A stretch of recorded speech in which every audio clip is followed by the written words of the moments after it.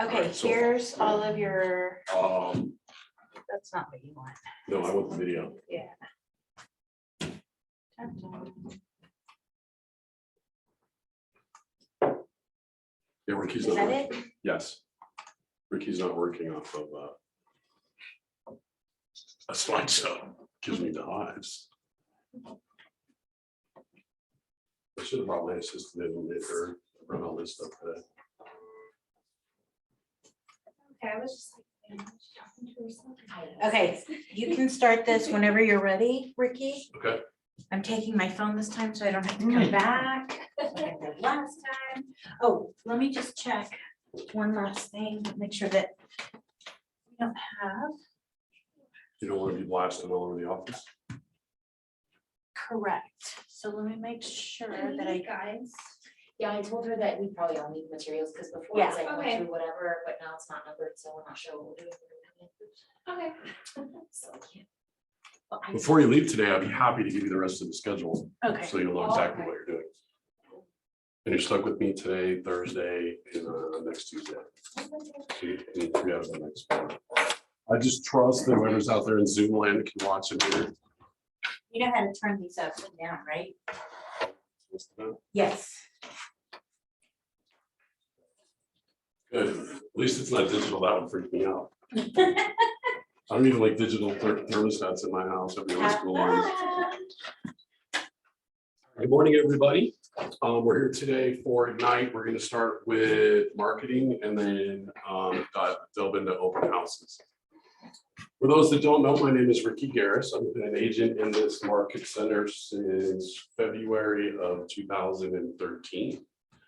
In early 2014, I took the productivity coaching job. So from 2014 to 2017. In 2017, I had decided I wanted to get back to slinging homes and mucking it up with all the agents instead of. So I decided to make that move. I let the then OP know. And so I was stepping away from it.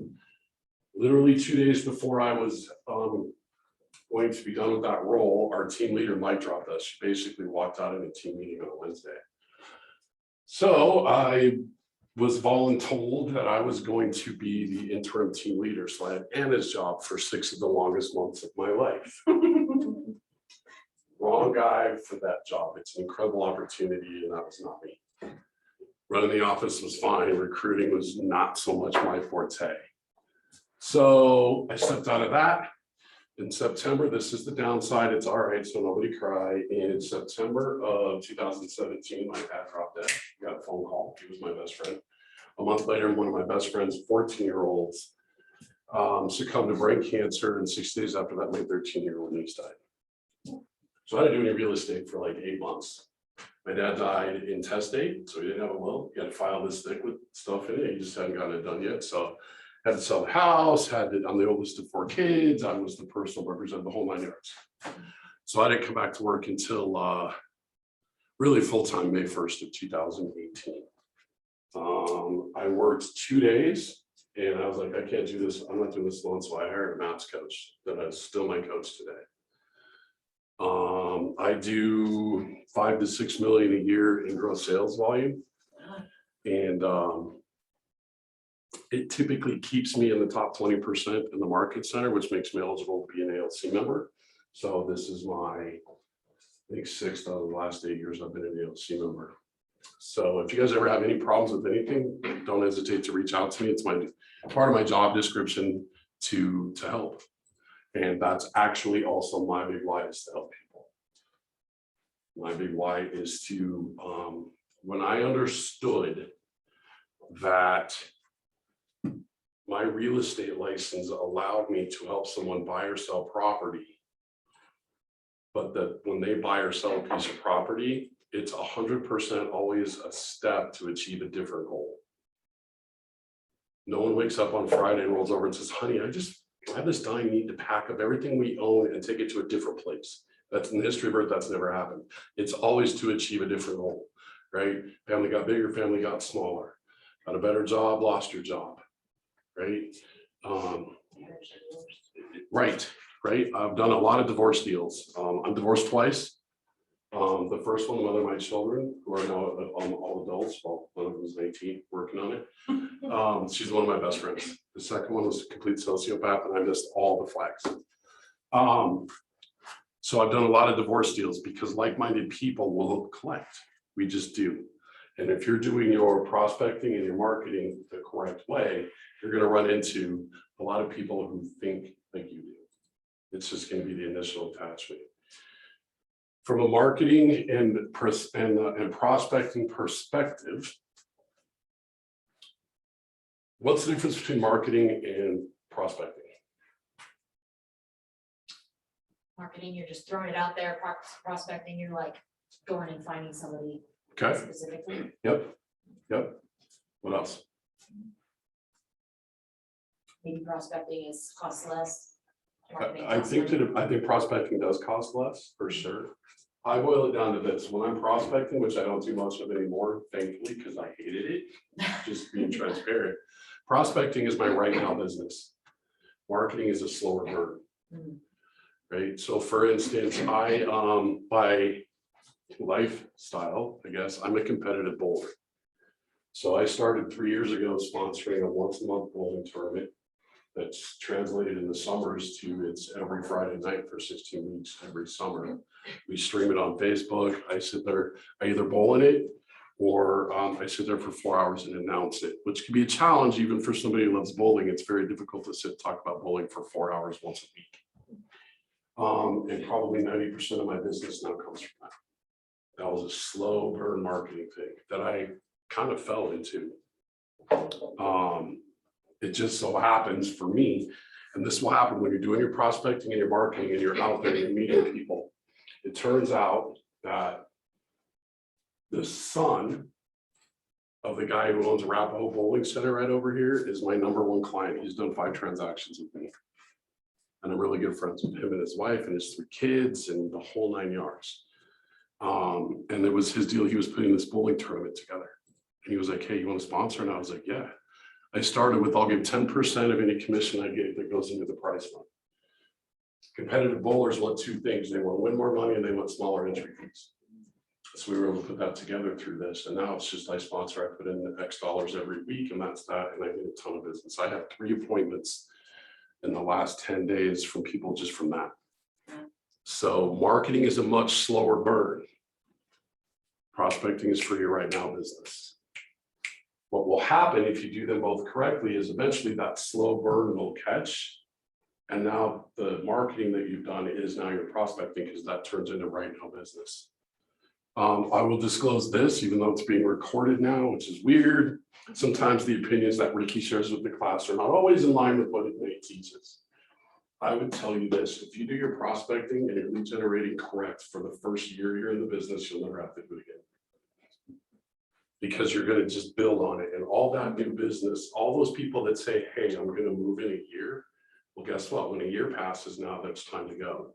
Right. And so I teach, don't always be prospecting and always looking for your right now business. I believe you should be looking for who can I close in 6 to 9 months. If you can close them sooner, they'll let you know, right? The other thing is when you're doing your lead generation, whatever that looks like now, when you talk to somebody, whether they're buying or selling, whatever time frame they tell you, cut it in half. Because there's nothing more frustrating than talking to a really good friend of yours and they say, hey, we're moving in about 6 months, we want to sell. Great, stay in touch with them. 90 days later, fire up Facebook, and there they are standing in front of their new home. And I was really mad for about 3 seconds, then I realized, no, that's my fault. I didn't stay in touch with them properly. So they sold a $400,000 house and bought a $700,000 house. So you do the math out real quick, that was about a $32,000 mistake on my part. Don't do that. So when they tell you a time for what's, cut it in half. All right, so real quick, now that you guys know me, tell me who you are. I'm Crystal Green. We're actually, I think, in contact. We are. But so, We are. And my background is early childhood education for the last 18 years. I've been doing that. You should be a team leader that any community state agents. We have the same mentality. No, you're kidding. That's really funny. But yeah, I've been doing that for the last 18 years, so all of this is completely new to me. Okay. 20 seconds or less, what's your big why? I want more of a flexible schedule. That's what I want. What I would love to do with you is sit down with you for about 10 minutes and show you the right way to write a real estate agent schedule. All right. You want the freedom, get addicted to your schedule. I know that sounds like an oxymoron and it's not.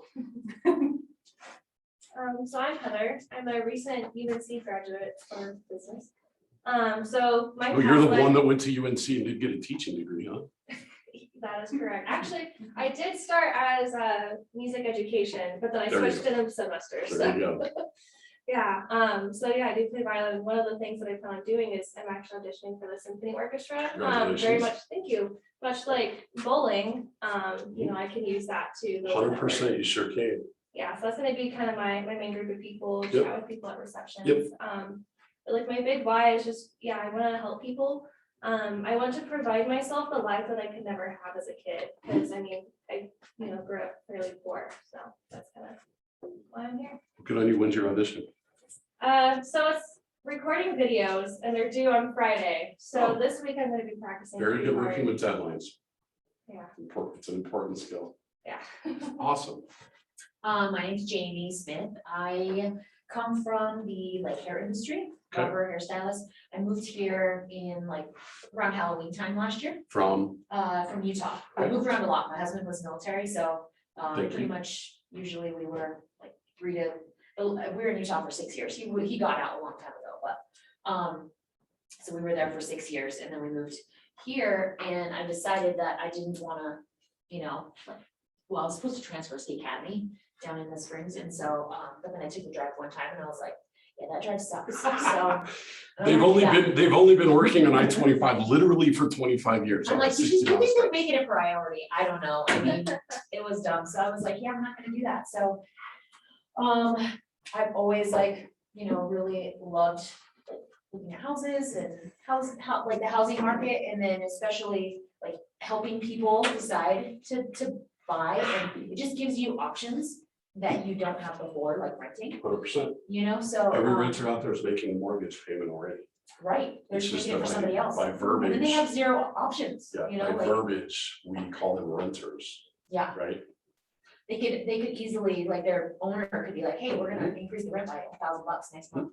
You Yep. know, or next lease or whatever, and they don't have any options. They have nothing, no leverage whatsoever. So I definitely wanna like, you know, that's the reason why I wanted to get into that, and, I guess that's probably a big why, flexibility, you know, you get to do, I mean, you don't, you're really at the beck and call, which is. You're not though. If you set it up from day one correctly, you're not. It's all scheduled. People will ask me, what are you doing tomorrow? I'm like, I have no idea. Because I get up in the morning and I look at my schedule and I do what's on my schedule. I'm so addicted to my schedule. Right? And that gives me all the freedom that I want. Right, Right? And I set my schedule up if I want. I take Thursdays off most of the time. Certainly after bowling season starts, because the league I bowl is Wednesday nights. We don't even start until 8, we bowl 4 games. Oh, gosh. And there's been maybe one time I was there and closed the bar, maybe. So it can be ridiculous when I get home. So I take Thursdays off because that's my schedule. that's cool. Jimmy Austin, I'm retired from the Air Force, and my big why is just I want to live life on my own terms for the last Life half by of my design, life. right? Be able to go visit the kids and their kids wherever they are, Nice. so. That's awesome. Thank you for your service. Who's out there in the Zoom land that wants to tell me who they are? Anyone? Sure. My name is Brent. Go ahead, Brent. Oh, okay. So I've been in insurance industry for about 20 years. I'm an insurance underwriter right now for commercial lines and just really looking for some freedom in my life and get away from the corporate 9-to-5 grind and financial freedom. Attaboy, I like it. Who else is out there? Okay, so I'm Troy Shimmick. I been doing this now for about a year. started about a year ago. I'm also a school counselor down in Monument. I live in Castle Rock, so I know that drive to through the gap pretty well. My big why is I've been a school counselor now for about 18 years, and I'm looking for my retirement, my second occupation, and real estate looks to be where it's at. And I love the fact that I can continue to help people and help people get what they need and their direction. That's awesome. You're in the right industry for a second retirement then. You know what's great about real estate? You can literally make as much money as you want. Yeah. I don't know of any other job, even as if you're self-employed, that you can literally make any amount you want. If you're good on 22,000 a year, great. If you need $122,000 a year, great. If you need 222, whatever the number is, because every time there's a maximum amount of business you can do properly, then you just add a person and just break through that ceiling, and then add a person and just keep adding people until you get to the number that you want. It's pretty awesome. All right, so what we're gonna do now is I'm gonna go ahead and play the video on marketing. It's like 58 minutes or something. I may be in and out. I'm gonna try to stay in here. I have a deal going very, very south, very, very fast. What's going on? So real quick, here's my story. I got a client that just converted his home into a rental. So he refied it in March, all as well. I'm thinking about open houses. These open houses? Yeah. Oh, wait. Yep. 2, 3. This deal ended up coming together really quickly. They only had one floor plan they would buy. They said, if we can find this floor plan, we'll buy it. And we're going to turn our home into a rental. They can only have one floor plan? There's only one that they want. They're not moving if they can't buy this one floor plan. So we went to the builder and they said, yes, we'll build it. And then this was 3 months ago, and prices skyrocketed and they got priced out. They said, no, we're not paying that much for that. A month ago, that floor plan hit the market in the resale market in the same neighborhood that the builder's at. It's 2 years old. The owner is getting transferred for work. So they bought it. We're under contract. The appraisal came in low. We're under contract at 620. The appraisal came in at 6. My clients have to put the other 20,000. There's plenty of equity in their home. They're pulling out a home equity line of credit for $20,000 to make the down payment on the rental. And let the renters pay back their home equity line, right? It's a really smart thing to do. So we are done on the lending side. It's done. We got clear to close last week. We are supposed to close tomorrow. Friday at 4:30, the HELOC lender said, we can't do this because there's a second lien on the home from 2015. We researched it. When they bought the home in 2015, the lien was recorded twice. It could take 2 to 3 weeks to get that removed. So we're trying to figure out, the seller's not going to wait 3 weeks because we're supposed to close tomorrow. So we're trying to figure it out. Would they have to? No. No? We are supposed to close tomorrow, which means by contract, if the buyer does not close by 11:59 p.m. tomorrow night, that deal is dead and the seller is now going active back on the market. Unless we move closing date, which the buyers and sellers have to agree to do. But by contract, closing date, that's it. If you can't hit it, the buyer or the seller has the right to just say, no, we're done and going back on the market. But there are a couple of things working in my buyer's favors. One, they're under contract $20,000 over appraised value. 2, we know they can close as soon as we get this dealt with, right? And 3, when we wrote the offer, there was one other offer that was I was told by the listing agent, the offers are very similar. We were first, and my buyers agreed that after inspection, they would make their earnest money hard. So if they don't close this, they're out $5,000, and there's nothing they It's can pretty do. low earnest money nowadays. At a $600,000 price point, we were very surprised. So I don't know what's going to happen yet. Still up in the air. Never ran into this. So I believe it's handled, and I believe we're going to be able to close Monday. You think that like they would, they'd want to keep these people that are willing to wait it out? Because going on the market, you don't know what can happen. You have no idea It's what's gonna slowed happen. down a lot, so, Yep. you know, they could lose money. We caught especially like the knowing- first week that it slowed down is when this one hit the market. I felt bad for the seller, like, man, if you listed last week, you got 650. Yeah, especially now with the, you know, extra, like, they know the appraised value now, Yep. so. it's not gonna hurt The us. only downside is it's a conventional appraisal, so it doesn't stick to the house. If it was an FHA appraisal, it sticks to the house. So the sellers have that advantage, but the sellers, I think, they don't want to go through inspection again and contract negotiate. They don't want to start over. Yeah. So we'll see what they want to do. So anyway, if I check my phone today, that's why I'm waiting on confirmation of that. Beyond that, everything's blocked off. So, all right, I'm gonna just go ahead and play the video and we'll go from there. Come on. Hey, look, I did it. Ricky and technology do not get along. I'm too old. Hey, everybody, it is Michelle Busby with your Wednesday edition of Ignite Elementals.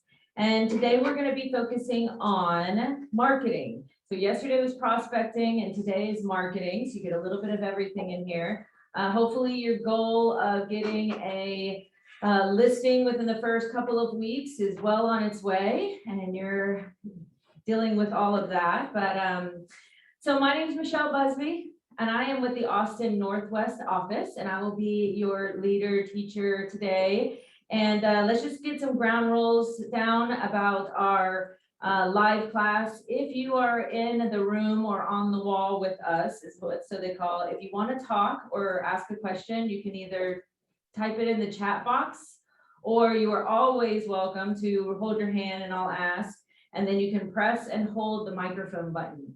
So if you want to do that, otherwise, if you're with us on KDB Connect, all of the materials to download are right above the box that you're watching for the video right now. So make sure that you download those.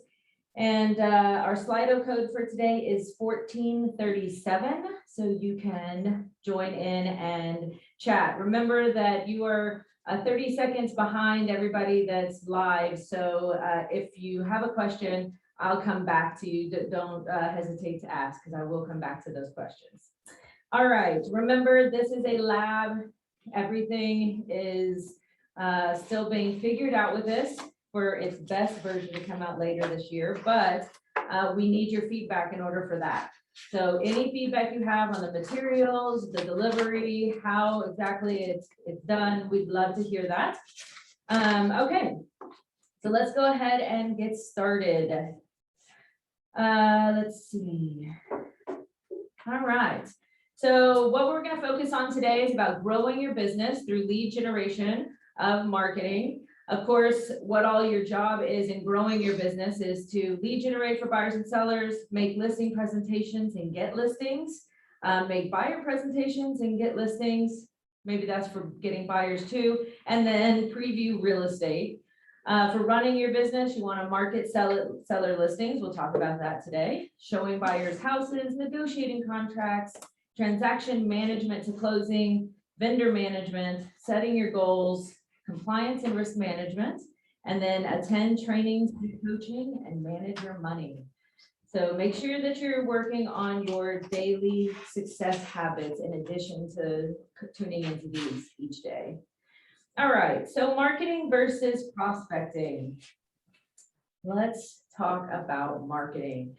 After this session, you'll be able to differentiate between marketing and prospecting. What's the difference?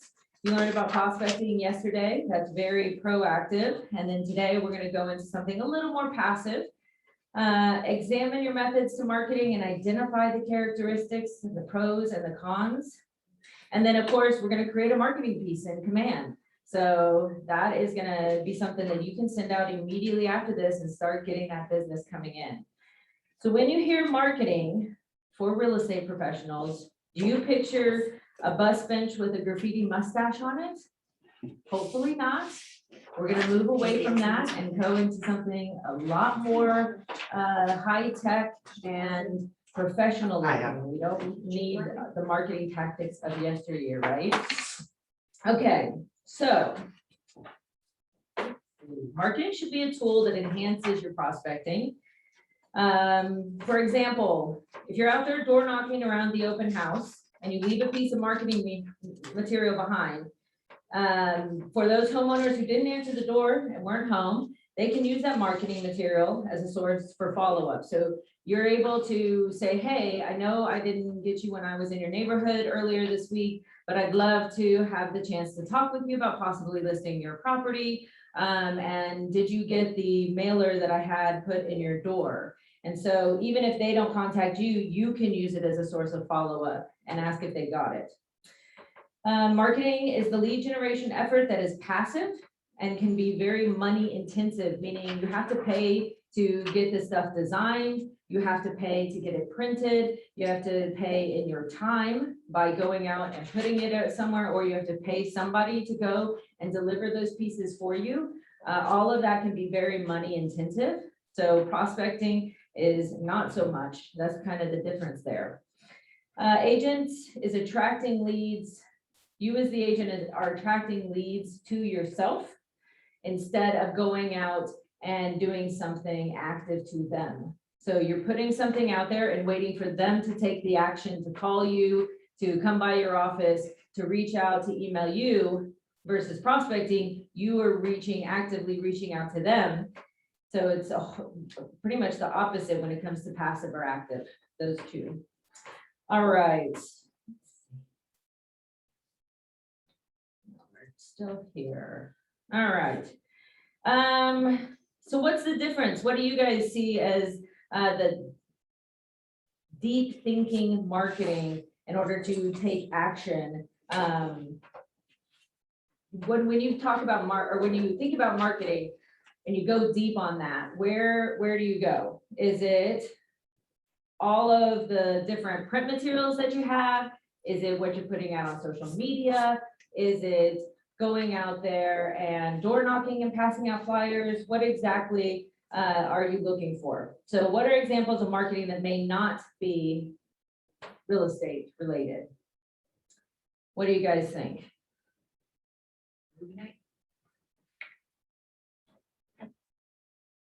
So this can be in any industry. Some of them that you might.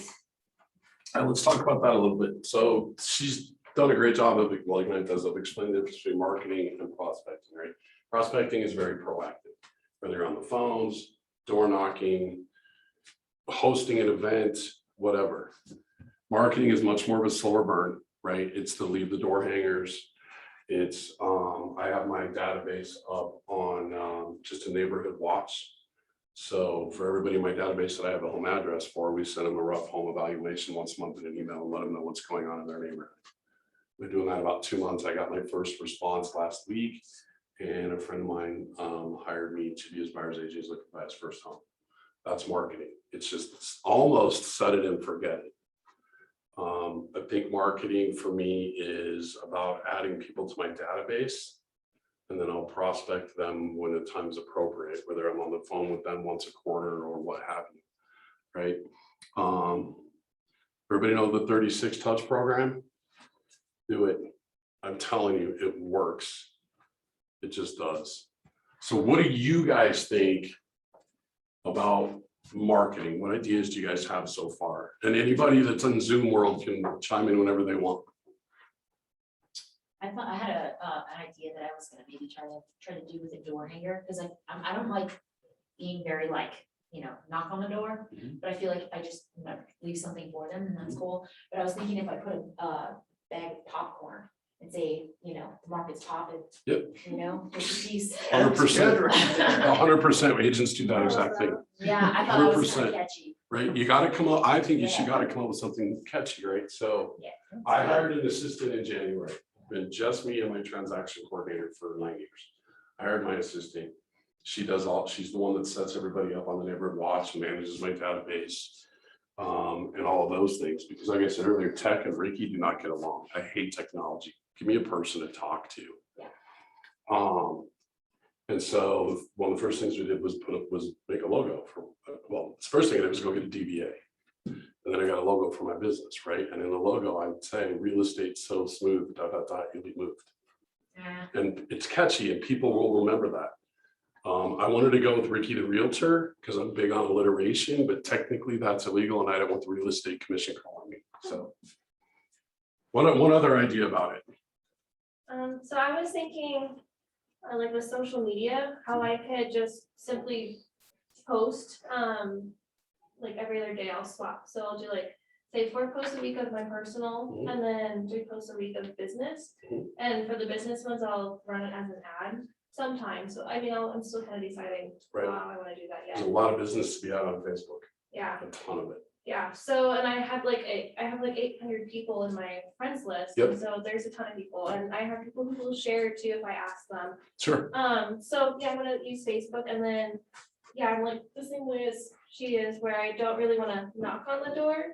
And, or even like cold call so much, so I was thinking of sending like a care package to someone. Mhm. About how to sell their home, or about, you know, being a first time home buyer or whatever.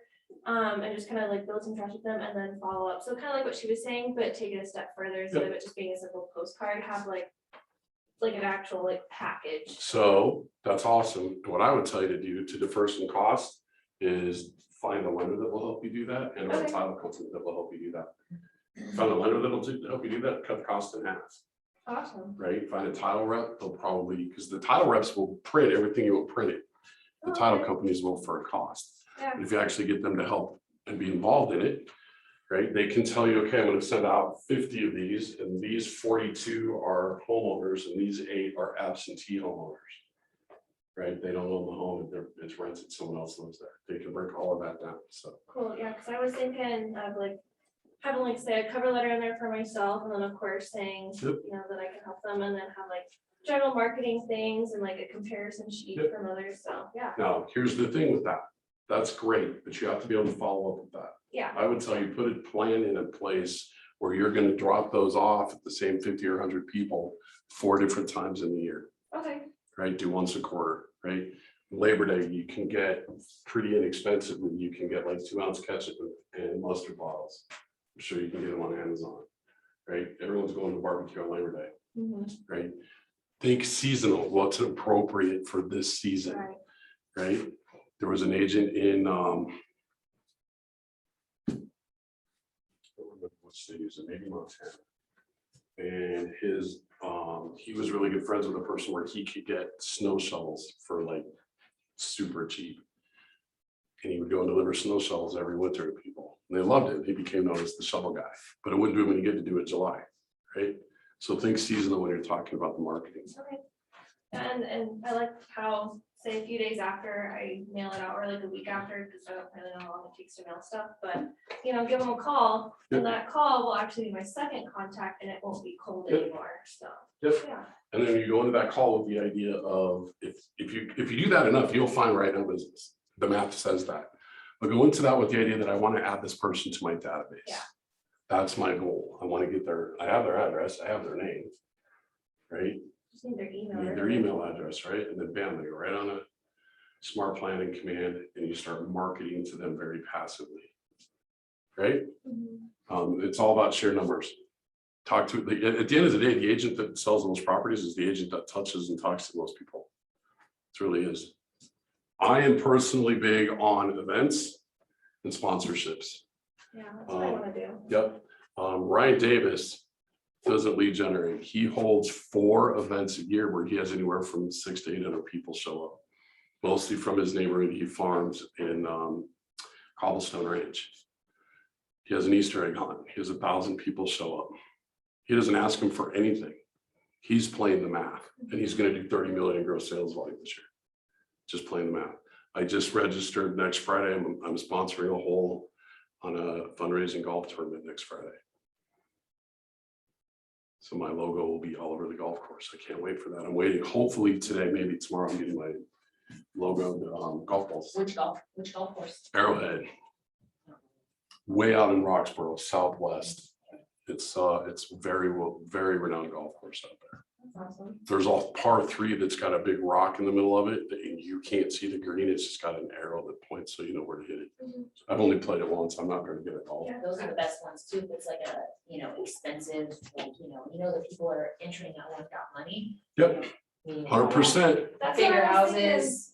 Yeah, that's And what I was I'll be, thinking. I'll disclose, to sponsor the whole, and myself and 3 of my best buddies get to play it.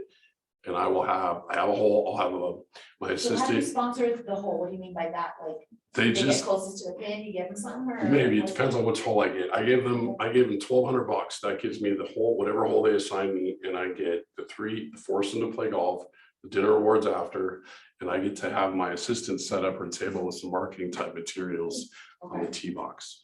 So everything goes well, everyone will get a golf ball with my logo on it. My logo will be on the pin. And then I'm not even sure where else it'll be. It's on the sponsorship list and all of that stuff. And it cost me $1,200. And I'm like, I can't pass that opportunity. And it is for a great cause, Denver Youth League. So And that's why I was If you thinking get one with call orchestra, for that. because like usually it's, wealthy people who attend symphony Yep. concerts like that. So that's Yes, what I was thinking. right. And Plus, so I want to do it anyway. my 'cause goal, it's that's fun. awesome. My goal is to get 20 people into my database out of that tournament. It's a shotgun start, so I'm assuming there's at least 72 golfers. My goal is to get 20 people into my database. Right, because the math will tell you for every 10 people in your database, you should get 1 transaction a year. Right, either from them or a referral. 'Cause here's the other thing, every person that goes in your database should be worth 5 more. Once you get to know them a little bit, you have a relationship with them, you'll get to understand who are the 5 people they're protecting. Mhm. Right? So every lead should be, every person in your database should be 5. Okay, cool. And what do you think about like volunteering as well? So I was thinking of, finding different volunteer charities. There are agents all over the nation that does their entire lead generation process, they Okay. volunteer. I Yeah. think it's great. And if it's a cause that's near and dear to you, it's always important to do that anyway. But yeah, absolutely. Okay. Anywhere there's people, I don't care what the reason is, anywhere there's people, There's- go talk to them. Right? And don't talk about yourself, talk about them. And another piece of advice, get rid of the word agent. Do not tell people you're a real estate agent. The general public hates us. They think we all drive Cadillacs and work 30 minutes a day. Right? And if in the poll of public opinion, we fall under attorney and car mechanic. So when anybody asks me what I do, I own a real estate business. They'll talk to me. If I'm a real estate agent, they're gone because I'm about to make them spend $700,000 on something they can't afford and don't want. So the word agent outside of us, bad word. Stay away from it. Would you even say that for a realtor as well? Yes, if you've taken the ethics class and got sworn in, and you're absolutely a realtor, you can get away with that. Okay. But I prefer I own a real estate business. You know why? Because I pay enough extra taxes to say that I own a business. Yeah, taxes are insane. Yar. No, our Coca-Cola, they do a great marketing plan. Pepsi, Disney is killer at this.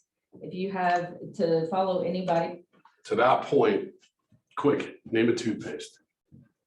Oh, Any gosh, toothpaste. that's sensitive. Colgate. Crest. I was gonna say Colgate. Okay, you came up with 3 of them, Mhm. right?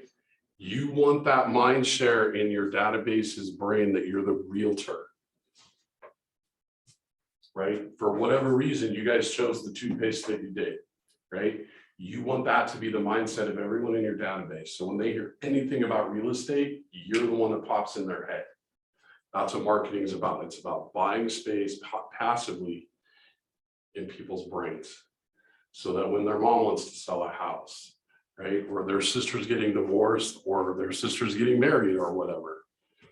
Right, I always tell my newly married people, I'm like, this is great, this is 3 transactions for me, and they're like, what? I'm like, yeah, you buy one together, and in 5 years when you hate each other, get divorced, we'll sell this, and I'll sell each of you a home. I've literally done that 3 times in my career. Yes, And you still tell the newlyweds that? it depends on the newlyweds. I don't say that to everybody, I don't recommend it, I deliver it with an incredible amount of charm. But I do say it to the right people, but like if they're really good friends of mine, I'm working with a couple now, they just got married in May. I was at their wedding. Right? And I told him last night, I'm like, this is great. We need to get on the ball because this is 4 transactions for me. They laugh now, but 5 years later, they're like, let's call Ricky. Yeah, right. Well, Evan was like, no, it would only be 3. He's like, I can't afford to buy a house. I need her income. So yes, that's the point. You're trying to buy that Colgate or that Sensodyne Yeah. space in their brain.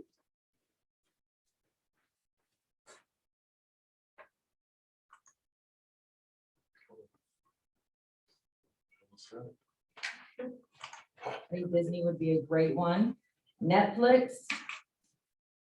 What are some that you guys think have done well and that you're familiar with, that you might look and say, hey, they did a great job marketing, caught my eye, did something unique?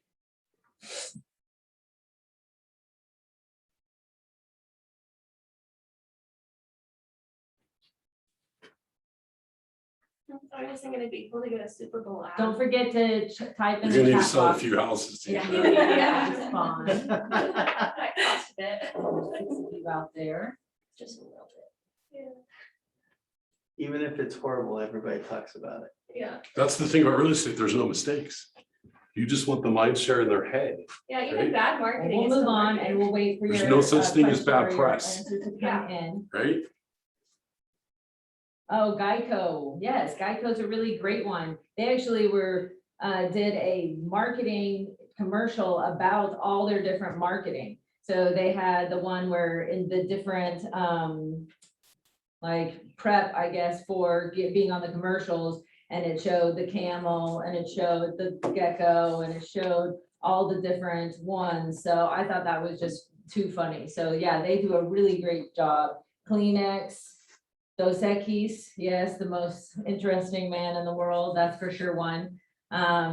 Yeah, so those are things that where they just came out and had to come up with something unique. And so that's really what you're looking to do in your business is what is unique about you and then what is unique way that you can market yourself. So again, marketing can be very money intensive, it's passive, and it takes a long time to get results. So you're not gonna send out one marketing piece in your farm area, and then all of a sudden you're gonna be a multi-million-dollar agent. That's just not how It's marketing in the works. follow-up. It's You've got time to on continue to task do it and over follow time. up and follow up and Meaning follow up. you have to do these marketing pieces in the same area to the same people over and over and over again in order for them to pull the trigger and believe that you are the person that they want to work with.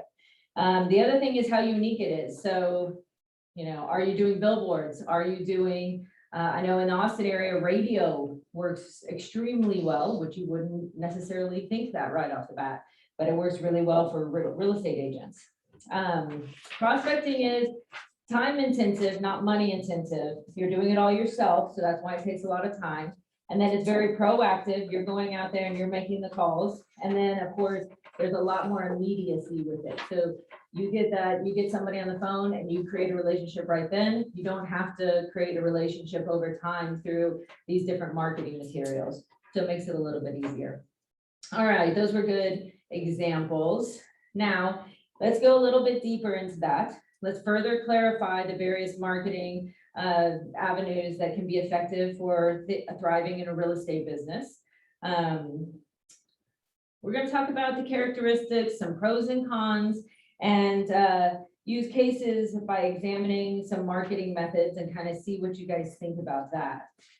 So as you can see, there's only a very limited amount of things that you can do. Just kidding, there's tons. So look at all of this. You can do 10 different things. Is this page in easily your with guys' prospecting. material? Yeah. Tons use both prospecting and marketing, and then you have a lot of options in marketing as well. So if you turn to page 6 in your participant guide, you can use this.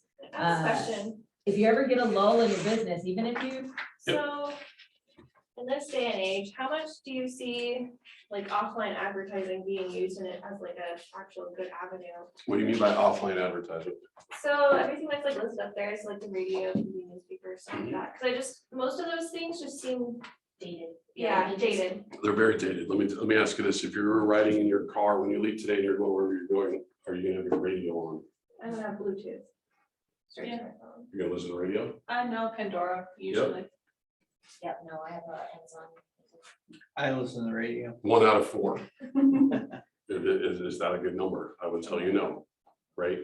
What about like bus and like billboards, like signs and places? I'm not a big fan of them myself. Yeah. I mean, she's right, they're all gonna get graffitied, and it depends on how you look at a mustache, right? Because you're gonna get a mustache drawn on it, if you get a bus bench, right? I'm not big on the grocery cards, unless, here's where it could pay off. If you have a geographic farm, 250 homes that you market to all the time, you want them to start to recognize your face. So then if there's a bus stop there, maybe the bus bench will work. It's in your neighborhood. I wouldn't pick one off of like Smoky Hill and Buckley. That wouldn't do any good. Right, but if there's one in your neighborhood, absolutely. If there's a grocery store, you are going to get the call where they're gonna make you a great deal to put your face in all the grocery carts. Every agent gets them all the time. If there's a grocery store in your neighborhood that you're farming, I would say consider it. You want them to get to know your face, Okay. right? And at that point also, if you're gonna geo farm, find the school and go volunteer at the school. Something where your face gets out there because Even they if you don't need, have kids, sure. it's not creepy. It would be creepy if I did it at my age. It's not gonna be creepy if any of you guys do it. Yeah, I right? thought about doing tutoring, because I mean, I'm just coming from Whatever you school, can, yeah, whatever you can do to get in there, Okay. right? And then also, we'll talk more about this when we get to open houses. You want to do every open house you get your hands on in that neighborhood. You want everybody to start to recognize you. Just recognize you at first. And then the second thing is, oh, that's the real estate girl. You want them to start to do that. Another big one is every January, do an electronics collection. And we do a coat collection every fall, right? Someone's doing a coat collection every fall, right? Do an electronics collection in the middle of January, right after What do you mean by Christmas. that? Everybody, you get a new phone, what do you do with your old one? You get a new watch, what do you do with your old one? You get a new laptop, what do you do with your old one? They end up stuck in the garage collecting dust because no one knows how to get rid of them. Right, so figure out how to get rid of them, right? And then 2 hours on Saturday from 2 to 4, I'm gonna be sitting at the park, weather permitting, maybe not weather permitting, maybe if we're having a storm, whatever, I don't care, right? Come drop off your used electronics that you're trying to get rid of. People will show up and you'll get a carload of electronics. So, and everything you can do to get your face known in a geographic area, if that's gonna be what you're gonna do with your business. I never went geo farm because there are two kinds of agents, those that can work in the neighborhood that they live in and those that can't. I cannot farm the neighborhood I live in. Too many people see me passed out in the bushes at 2 a.m., right? That's always what I say. Yeah, mine's new construction, and it's like everybody just moved in. Yep. That may not be bad though, because But I mean, eventually business. they're going to move. Yeah. It's just the law of averages. Well, look at this too, like, you know, you're like, oh, wow, you bought this 6 months ago. You know how much you can make on that Oh, yeah, thing now? they've already appreciated like so much. They've already appreciated now most of the time, and I know new builds have changed a little bit. But they've got the fence up, they've got the landscaping done, the houses 10 to the left of them, 10 to the right, and 20 across the street are done. Right? So yeah, you can go buy the new one. Or you can buy ours that's 2 years old, that everything's already done. It's literally move-in ready. Right? And when you buy a new build, it's never move-in ready, even after you close and move in, right? It's just not. So there's a huge marketing opportunity if they do choose to sell, Okay. right? And if you pick any 10 of those homes, the math tells you one of them will move in the next year. So go meet it, why not? Right? Take them a dozen cookies that you baked at home for $4 and welcome them to the neighborhood. It works. Someone shows up at my door with a folder, I don't answer.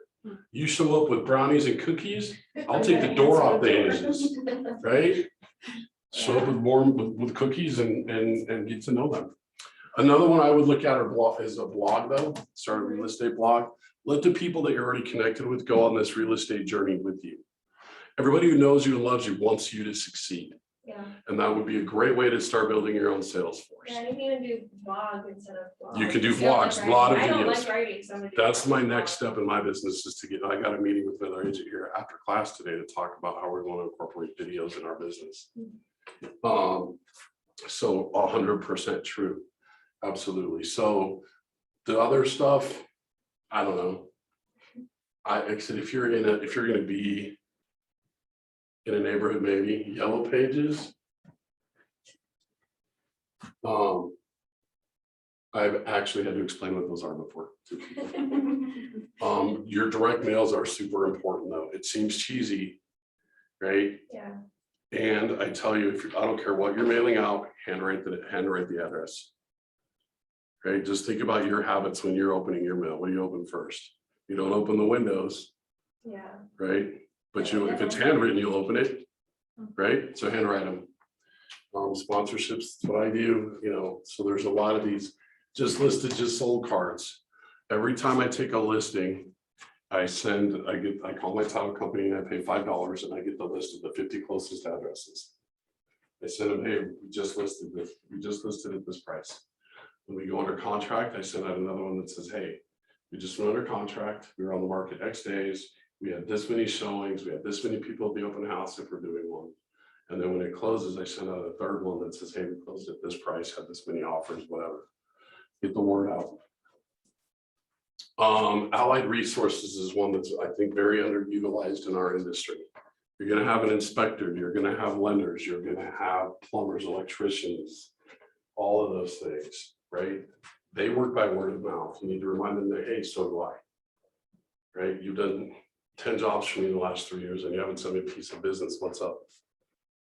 I probably would soften that a little bit, but you get my point. So anywhere there's people, go talk to them. If you can get in with the school, you get the school directory. You know what's in the school directory? Names, phone numbers, and email addresses and home addresses. Right? Do with that what you will. Take them cookies. Hey, I'm new to the school. I just wanted to welcome myself here. Have a cookie, whatever.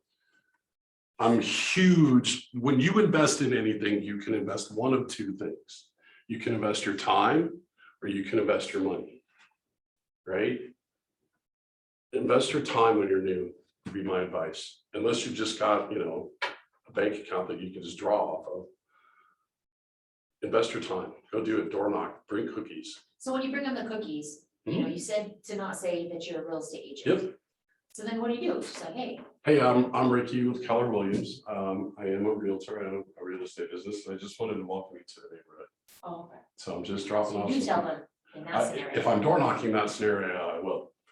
Here's the best way ever to get people to tell people what you do, right? Just make something up. Hi, I'm Ricky.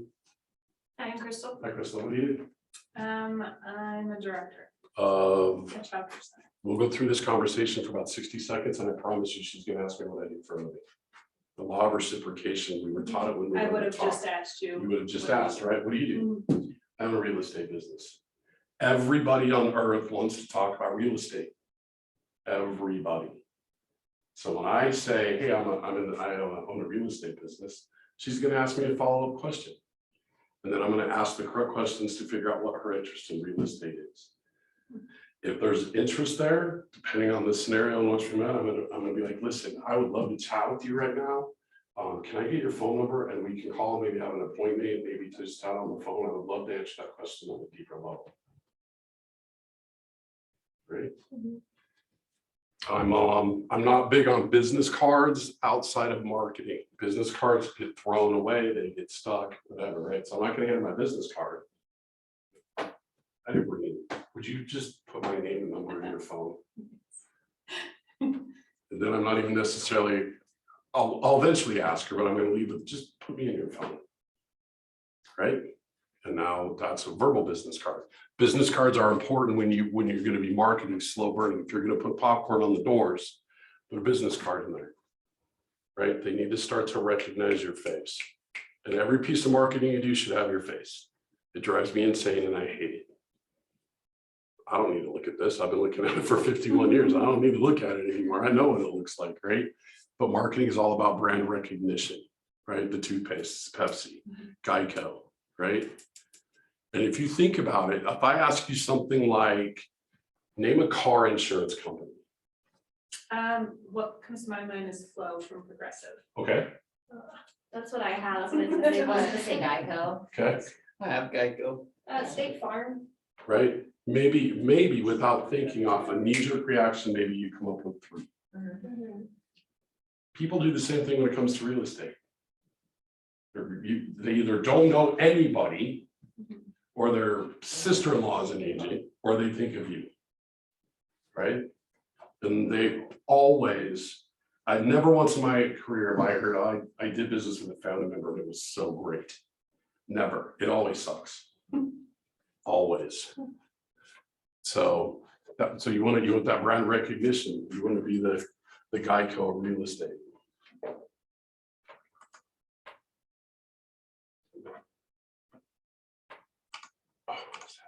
You are brand new, this is great for you, but if you're not brand new and you need to relaunch your business, come back here. Pick a couple of new tactics that you can use and change it up. Because you can't stay where you are and go where you're going, right? So you got to do something different. And there's a variety of methods that you can use. Let's see, how many of you have tried any of these and what success have you had? I see on here, offline advertising, which includes radio, TV, newspapers, personal vehicles. I could never do that. I drive crazy, so that would not work. Bus stop benches, as long as you clean the graffiti off of them, you'll be good. Magazines, billboards, yellow pages, grocery carts, moving vans. Online advertising, pay-per-click advertising, of course, SEO, anything on social media, whether it's paid or it's organic, and then portals. Content creation through radio, TV, live social media, and then blogs. And then direct mail would be postcards campaigns, special event cards, just sold, just listed, quarterly market updates, promotional items or swag. Public relation would include press releases about things. If you ever get your CRS or your ABR, or you become and get trainer of the year, or you get anything, you need to go ahead and do a press release about that. And that's something you can put into your brag book. And then of course, sponsorships that you can do for little leagues or anything. You can sponsor a whole bunch of stuff. Some marketing that works in both the prospecting and marketing would be farming. So where are you going to do it? And then events, networking with people, of course, and then stuff that you would purchase, like advertising networks. Misty did a neighborhood newsletter for many years. It took almost a year before. I want to talk about that. Geo farming, geographic farming. If you're a single agent, I was taught, and I believe this, your geo farm should be no more than 250 homes. If you're more than 250, you're not gonna be able to handle the customer service when business blows up. So I would tell you, select a farm area, get in touch with your title rep. If you don't have one, let me know. I've got 2 fantastic ones.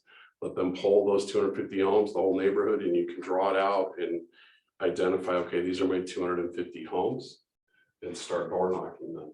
They need to know who your brand recognition. When you door knock, you should wear the same color every day. I don't care what the color is. I go with red because it turns out for many reasons. I have a lot of red color stuff in my closet. You don't have to dress the same every day, but wear the same color. You want that brand recognition, right? And I would start with door knocking and just saying, hey, I'm Ricky with Keller Williams. I own a real estate business, and I'm just canvassing. When you bought this home, why'd you buy this home? They will tell you very directly why they bought that home. The neighborhood, the school, love the living room, love the 3-car garage, love the yard, whatever it was, they will tell you. Right, and then you just have a conversation from there. How long ago did you buy? Although if you got your stuff together, you already know how long they own the home because it'll come in the titles with their title stuff. Right, 8 years ago, fantastic. You are still looking, I knocked on your door today. The average person moves every 8 years. When would you like to have your home on the market? Right, I don't know if you've heard this or not, but we have a sale on homes. They're going really fast. We don't have any demand. Let's put a sign in your yard. Right, but I would start with, why did you buy? For sure. Is there anything you really hate about the house? and start asking those questions, right? When you've got a strip of 5 homes on a block and 4 of them tell you we bought it for the yard, well, guess what you're marketing from now on? The yard's on that street. They'll tell you why, and you'll start to collect enough information where to get an idea of what people are doing, right? The schools would be a big one, big one, yard. It's the one we could afford, you'll get that, right? Things like that. So whenever I get any negative response whatsoever, oh, it was the one we could afford. Oh, what would your dream home be? Right? And then I will ask this, and this is to me the best door knocking script ever. There's a guy he does work in California. 4 years ago, he was 1.3 million price point, so he's probably 2 million now. He works 4 months a year. He bought 250,000 acres of fishing land in Jackson Hole, Wyoming, and he spends 8 months a year there. Then he goes back to San Diego. This is his door knocking script. Hi, I'm Ricky with Keller Williams. I'm just curious, who's your next neighbor to sell their house? That's it. Then he gets 1 of 3 responses, either, well, we were thinking about it, I have no idea, or they'll give him a name and the house. Right? Perfect. Thank you for your time today. I really appreciate it. And he does the next house and the next house and the next house until he hears the same name twice. And then he basically goes and assaults the owner of that home. But that's his whole script. Who's the next one to buy, right? Because here's the thing. Do you know anybody that's looking to buy or sell real estate or invest in real estate or maybe even get into the industry? Yeah. Very closed-ended question. It's yes or no. Right. Who's your next neighbor to sell? That's not really a closed-ended question unless they're like, my neighbor told me last night his wife got transferred at work. Great, have a nice day. I'm going right next door. Yeah, I like that because Give me back my cookie. then. the person Yes, that and you're give me back talking my cookie because to- Yeah, like the person you're talking to, they don't feel like you're trying to market to That's them right. directly. 100%, So that makes sense. 100%. It's an open-ended question and I'm not attacking you and I'm not going to make you buy or sell your home Mhm. and drive my Cadillac away. I'm not doing that. Who's the next neighbor to sell? Now, you will find, if you do that, you will find, and this is a really important person to have a relationship with, you will find Nancy Nosy Neighbor. Yeah. Typically, she, Every not neighborhood. always, knows everything about everybody in that neighborhood. And I'll tell you 2 things. In the 80s and 90s, she probably had a real estate license. And I promise you, she's at least on the board, if not the director of the HOA. But she knows everything about everybody. She knows who's great, who sucks, whose house is too small, whose house is too big, who's getting married, who's having a kid, who's having a divorce, who's having an affair. She knows everything. And super annoying person, but the super helpful person when you're building your database out of a geographic fund. Because they know everybody. I bought a house in 2012 in Saddle Rock, and the next day Nancy Nosy Neighbor knocked on our door. Now she had a purpose. We had a cloud on our title because we went under contract to buy that house about 60 minutes before the home was supposed to hit auction. And it didn't get all done in the correct order. So there's a cloud on the title. The title still showed it was foreclosed. So I had to clear that up. But every 6 to 8 weeks, she came by walking her little annoying, yipping, annoying dog. And she knew everything about everybody in the neighborhood. So when you door knock on it, you'll find that person. And somehow they make great money, but they're always home. Like they never leave their house. It's so true. Right? They don't. You're like, What do you do? Like they're outside in the middle of the day. yes, right? Probably politician. Or working on it, right? I'm like, how? I don't understand, but every neighborhood has 1 or 2, right? And they always have that purse dog that yips, and they have like this big chain leash that they use that you could use with a bulldog or Rottweiler would walk in their little Chihuahua or whatever. Find that person though. What do you think about like door knocking with a new puppy one might be getting?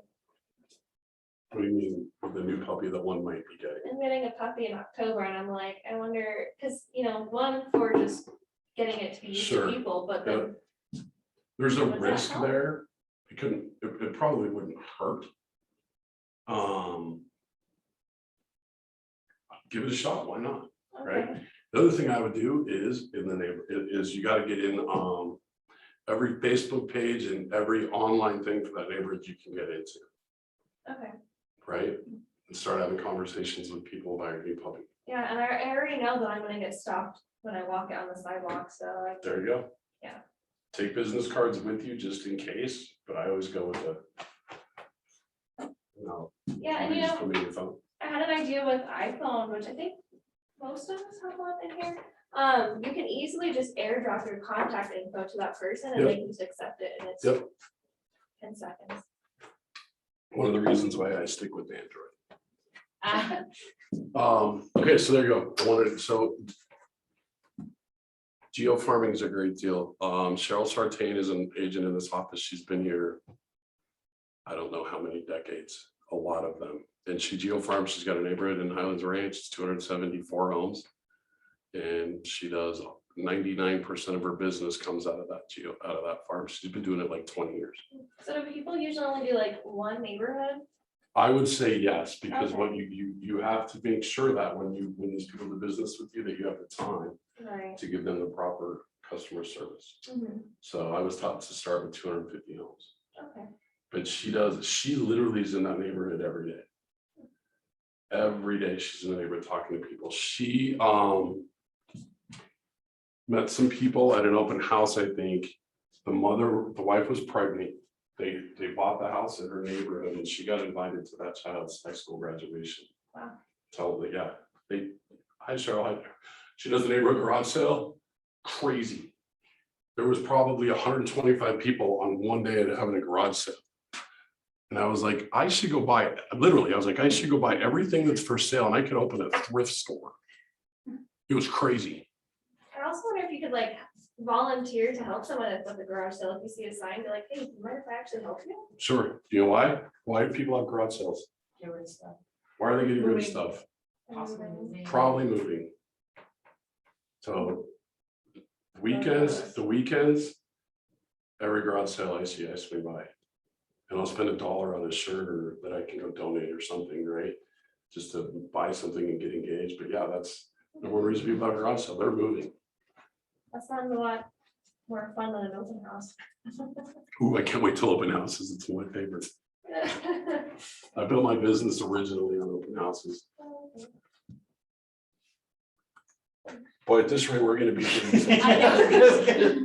We're 13 minutes in. Are we? The first deal off of it. but Well, there's a now big she knows portion of this she's at the end that we're gonna like, skip, I think. and that's But yeah, great Ricky talks a example lot. is the other When I was time talking with on Brett yesterday about how she wants this done, Takes a long she was like, go through the time for video, when you something come to across stuff, pause it, hitting and, people. So, you know, if talk you're and going whatever, to and I was invest like, into marketing. how long as do far I as have? Some big people don't generations even, of like posts, some or do people something like for branding. teaching, haven't even, they're like, no, I'm That not is gonna be deal. something that you're gonna. Michael. Talk to you guys about it. Michael Lee was like, I'm not doing any Michael business. would not do I'm it. just Yeah. talking. So, Same thing Donovan do did. you Yeah. think? Yeah. I'm debating doing that on the open Several house methods one. to try it once? Or would it be best to follow just one? With so many options to consider, what 2 or 3 options provide the most bang for your buck? You can't do them all. So what do you, that's a perfect anonymous question. What do you guys think? What it would get the best bang for your buck in this case? Well, number one, it really depends on where you are and what's effective in your market. A lot I of think people you think. can move that box, so it is easier. to Here, do. it's kind of fun to play with. Here's what I'll tell you. Pick the one that you like. Because you'll actually do it. Mhm. Vlog is great. If you were not sitting in a camera and in front of a camera, and you're not gonna be videoed, don't do it. You will spend more time and energy not doing it, getting out of it, making excuses than you will. So pick something that you know you like. You'll do it, right? It's just human nature. So whichever one of those you like, do those, right? So when you say to me, hey, what do you think about this? Or what do you think about that? My answer is yes, just go do it. And eventually, worst case scenario, you'll find something that works. Right? The dog thing, I don't know, no one's ever asked. I don't know. But do it.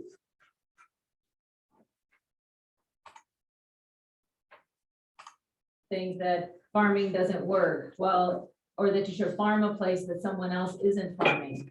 And that's not necessarily the case. They say that if the people are farming and it's getting a good response, that you should actually go in and farm that area because those people are willing to be triggered by marketing through farming. And so Out of those you're gonna 250 get some homes, you want a balance. turnover ratio of somewhere between 7 to 9%. So it And really your depends on title your company can area. help you figure See those what out. other agents that are being consistent are. It doesn't do any good And to have then a of course farm your that where budget's there's gonna change a lot 1% of that turnover that as well. sells 4 homes a year in that neighborhood. Let's see. That won't help. So I used a lot of different things here. I did a neighborhood newsletter. I also did a whole bunch of different things on, I did a blog, I did social media, I did postcards, I did a lot of events for my friends.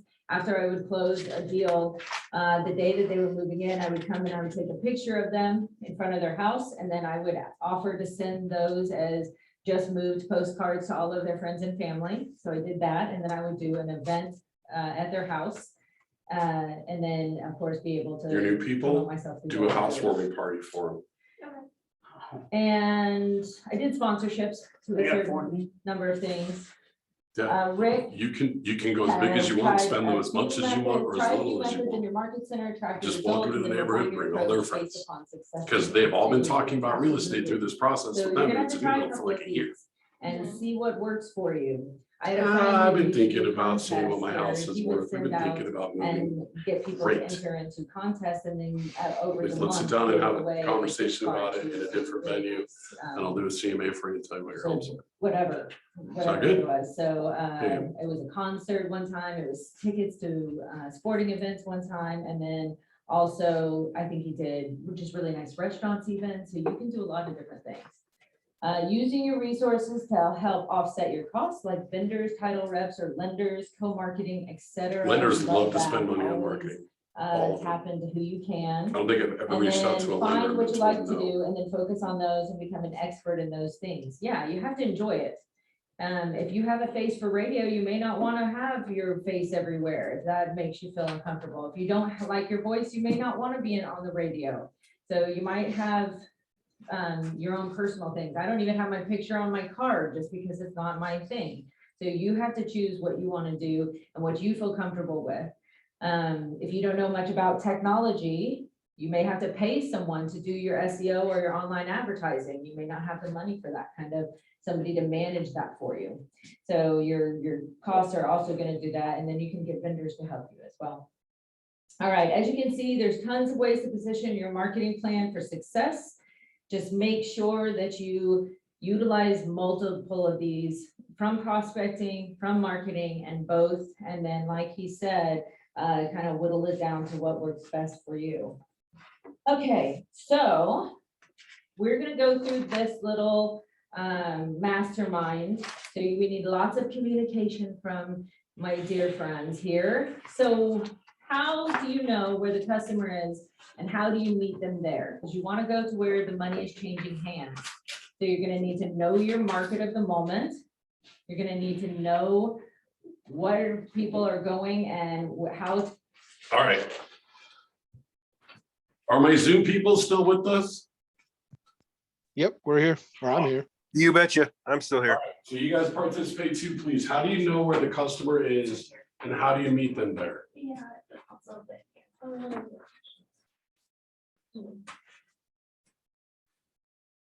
How do you know where the customer is? My answer to that is they're everywhere, Yeah, anywhere. right? Go where there's people. And how do you meet them there? For me, it's show up. Just be there, right? The old Yogi Berra quote, 90% of life is just being there half the time. How else can you meet them there other than showing up in person?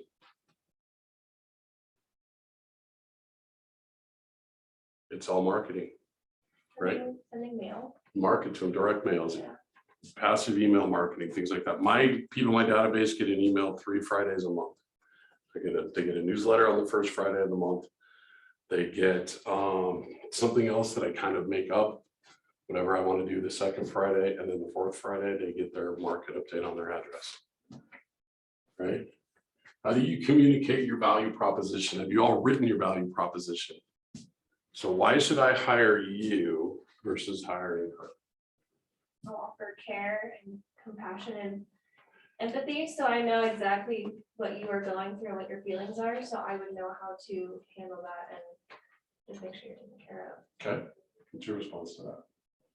Why should I hire you versus her? I haven't had time to Okay. put that together, but Your value proposition is a very important piece. You need to be able to deliver it in 30 seconds or less, right? My value proposition is that I've been a coach my entire year. I coached Little League, I coached my daughter growing up softball, traveled all over the Western Hemisphere, it seems like, right? And I'll coach you through this transaction. I'll never leave you wondering what's next. And at the end of this, I promise you, you will accuse me of being an over communicator.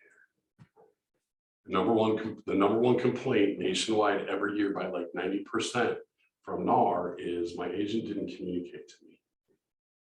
That didn't make sense to me for a lot of years. What I've come to realize is I think that means they didn't communicate with me the way I wanted to be communicated with, right? I got a guy right now. If I call him, he is not going to answer his phone, ever. If I text him, 10-second response, right? So you got to identify communication paths with people really, really quickly. Yeah, and I know in command, you can actually select what their preference is. Yep. Phone, email, text, drive-by, whatever, right? Are any of you familiar with the DISC test from Yeah. Tony Robbins? Okay, but I'm not familiar with all the answers. Okay. I mean, all the- I'm guessing high C, I'm guessing probably DC, high I, and a high IS would be my guess. I think I'm IS. Okay. Yeah. Just so quiet and shy for some Oh, minutes in a I'm just, row. I'm Fair enough. I'm a little bit Yep. Yeah, High- right. outside of this, different. So here's what I try to do. I understand the DISC test, study this and learn it. High Ds are your drivers, right? They're your people that are gonna do 6 hours worth of work in 3 hours and they don't care what they break. They're gonna fix it tomorrow. High Is, I'm gonna tell you about my grandma's fishing story. Mhm. We're gonna talk a lot about nothing. So And that was God C. willing, business falls out the other way. Mine was a C. You're a high C, get there. High S's, those are your people. High Ds are comfortable with their day going like this. High Is, we're totally comfortable with it going like this, like black and white on off drives me insane. Put me in the gray area and I'm good. High S's want their day to go like this. Right? When I was coaching, when I have clients that are a super high S, I have to change my speech pattern. Slow it down. Talk in sentence fragments. Don't beat them to death with an idea, but don't move on until they've understood it either. High Cs, typically like graphs and charts and numbers and spreadsheets and technology, and they would just as soon do $300,000 a year and never see another human being. Typically, right? So here's what I do. I want to get an assessment really quickly of my client or the people I'm meeting so that I can have an idea up front of how to communicate. Right? My high Ds want a 3-word text. My high Is, I don't know, call me, text me, email, whatever, I don't care. High S's probably want an email. They'll kind of do all three, but it depends on what else is in their personality. And the high Cs, they'll send me an email. Don't call, are you kidding me? So I do this with new people. I say, okay, so we're gonna have a 1-hour meeting next week, right? We're gonna meet on Wednesday at 2 o'clock. So are you gonna show up on Wednesday at 2:02 and be done with me by 2:20?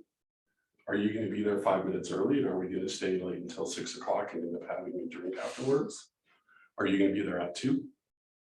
We're staying till 3, covering everything, and we're covering it once. Or are you gonna reschedule it 3 times and eventually just ask me for an email? That would be so annoying. Whatever answer they give of those 4 options will give me a good idea where they are on the disc. Right? If they're like, no, man, my attention span's like 10 minutes, I got a high D. If they're talking and I haven't even got the question out and they're laughing and giggling and we're chatting it up already, I know I got a high I, and I have to be super aware of my I. Like my disc scores are like 16 off the chart, 32 and 8. Like I am the life of the party and the most unorganized person on the planet. My office looks like a real estate school throw up in it, and I'm totally comfortable with that. One of the agents did a nice thing for me one night and broke in and cleaned my office, and I like had hives. I didn't know where anything was. I have a stack like this and it's unprofessional and I know everything in the stack. I do that to my boyfriend. Yeah, drive me insane, right?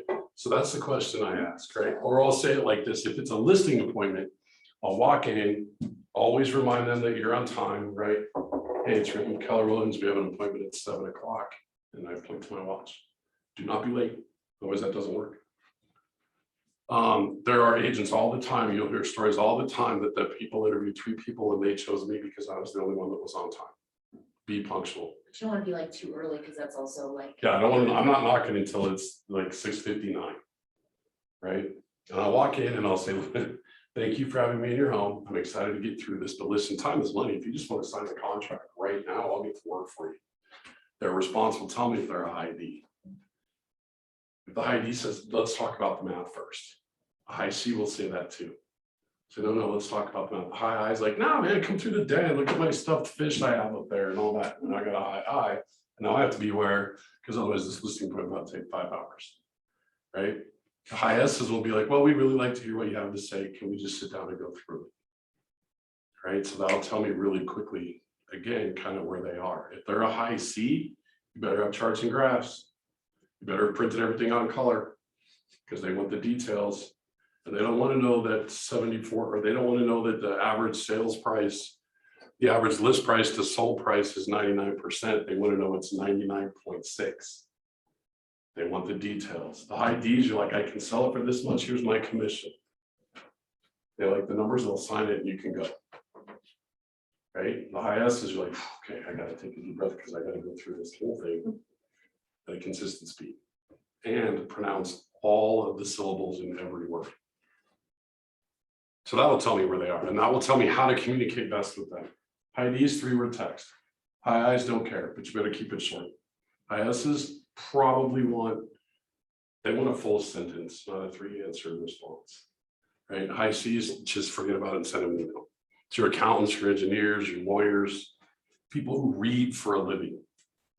Typically are going to be your high C's. Not always. I met an engineer once that was a high I, it was weird. All right. How do you come from contribution or connect in a meaningful way?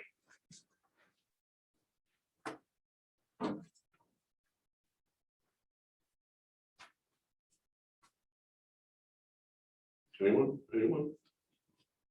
Weirdly worded question.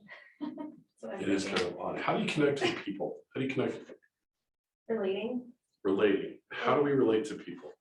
I like to find out something about them, and I've surprisingly been through a lot in my life, so I most likely have an experience that I can connect Sure. with them, and we talk about that. I just talked to them. Right? Tell me your story. Married, kids, right? I start with this, right? Most people expect some version of what do you do for a living as your first question, right? My first question when I meet someone new is, are you a cat person or a dog person? I'm a little bit both. I like dogs, but I like cats. See, so now I know I got to switch my perspective because I'm 100% cat. For one reason, I don't want the maintenance. I've had 3 kids. I don't need to clean up more. That's the biggest maintenance. You gotta clean the litter box. Yeah, That's the litter box. Yeah, but it's only like once a day. First like a dog. I never had to like. That's You actually- don't have to feed them. They just eat whatever they want. My dog, I don't have to feed my dog, really. Just leave food out. Just My leave dog's food out. like a It's cat. fine for the cat, right? You can't do that with the dog. My dog, but she's special. Depends So- on how you train So your I'm a dog. cat person, 100%, right? That's so But think funny. about how that conversation just went. Now I know your dog people. Oh, do you have dogs? Mhm. What do you have? I have a terrier mix, Awesome. How long have you had him? 9 years. What's it? 9 years. Jeez. What's his name? Kenna. Kenna? It's a her. I'm sorry, it's a her. Kenna. That's fantastic. Yeah, had her since I was 12. You're literally only 21 years old. I am 21. I turned 22 next month at least. Well, happy birthday, early, Thank you. right? So now she can relate to Taylor. What do you want to do for your birthday?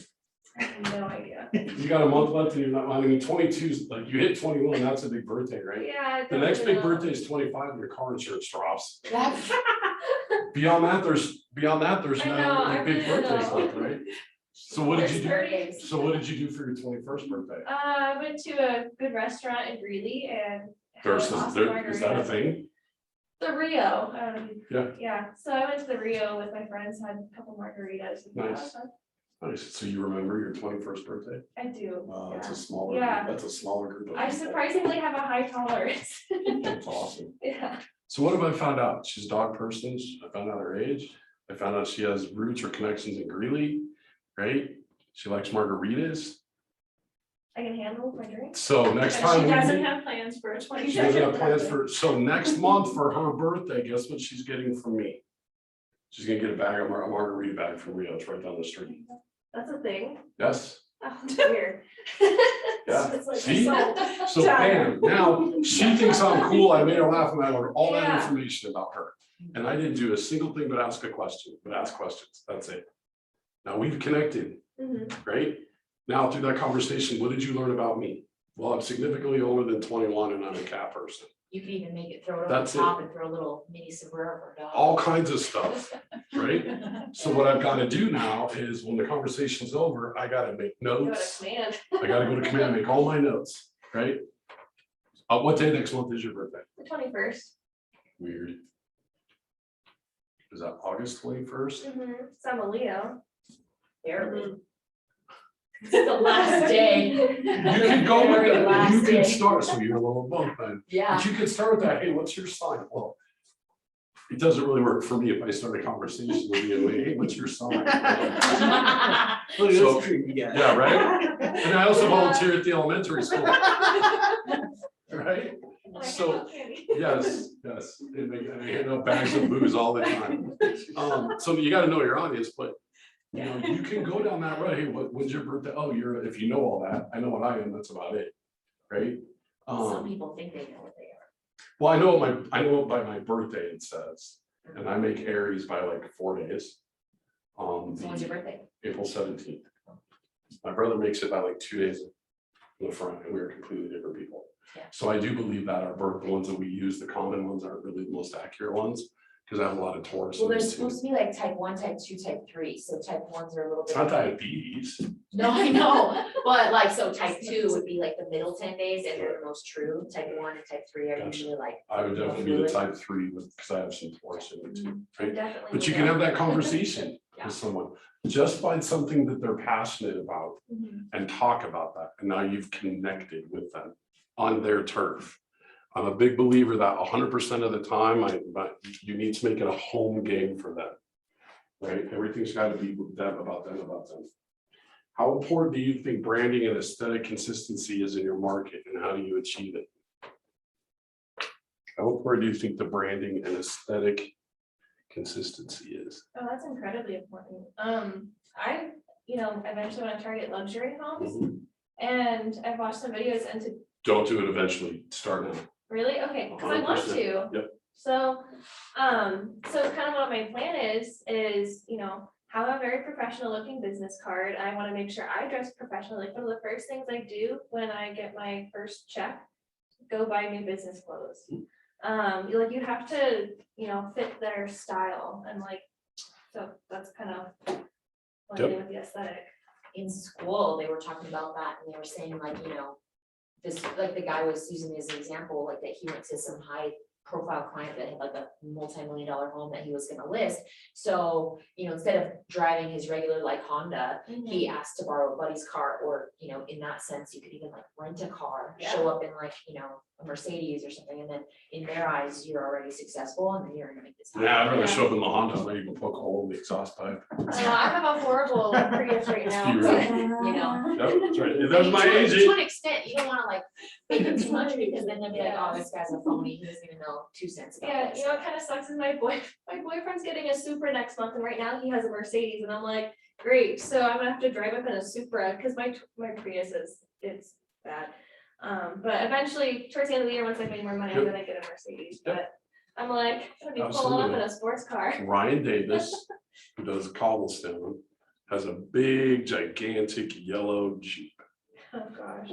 right? And if you drive the neighborhood, everybody that lives in that neighborhood knows his car. Hmm.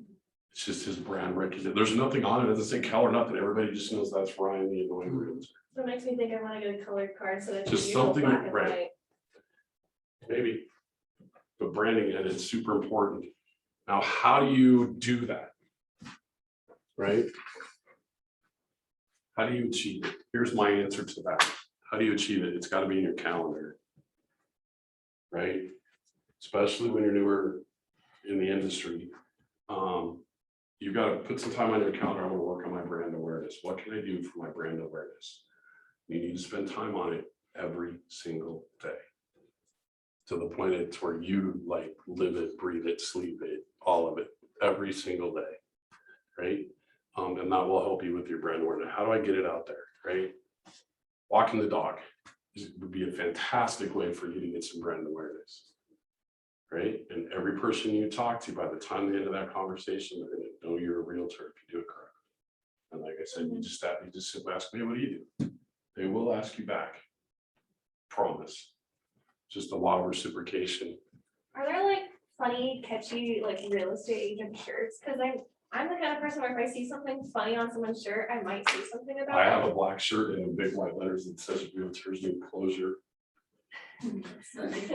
If you go to Amazon like and that. look up real estate shirts. Yes, you'll find I all did the kinds. other day, and there is some funny ones. that Clinton just Porter make has people one that go, just says I saw homes, Okay. all kinds of them.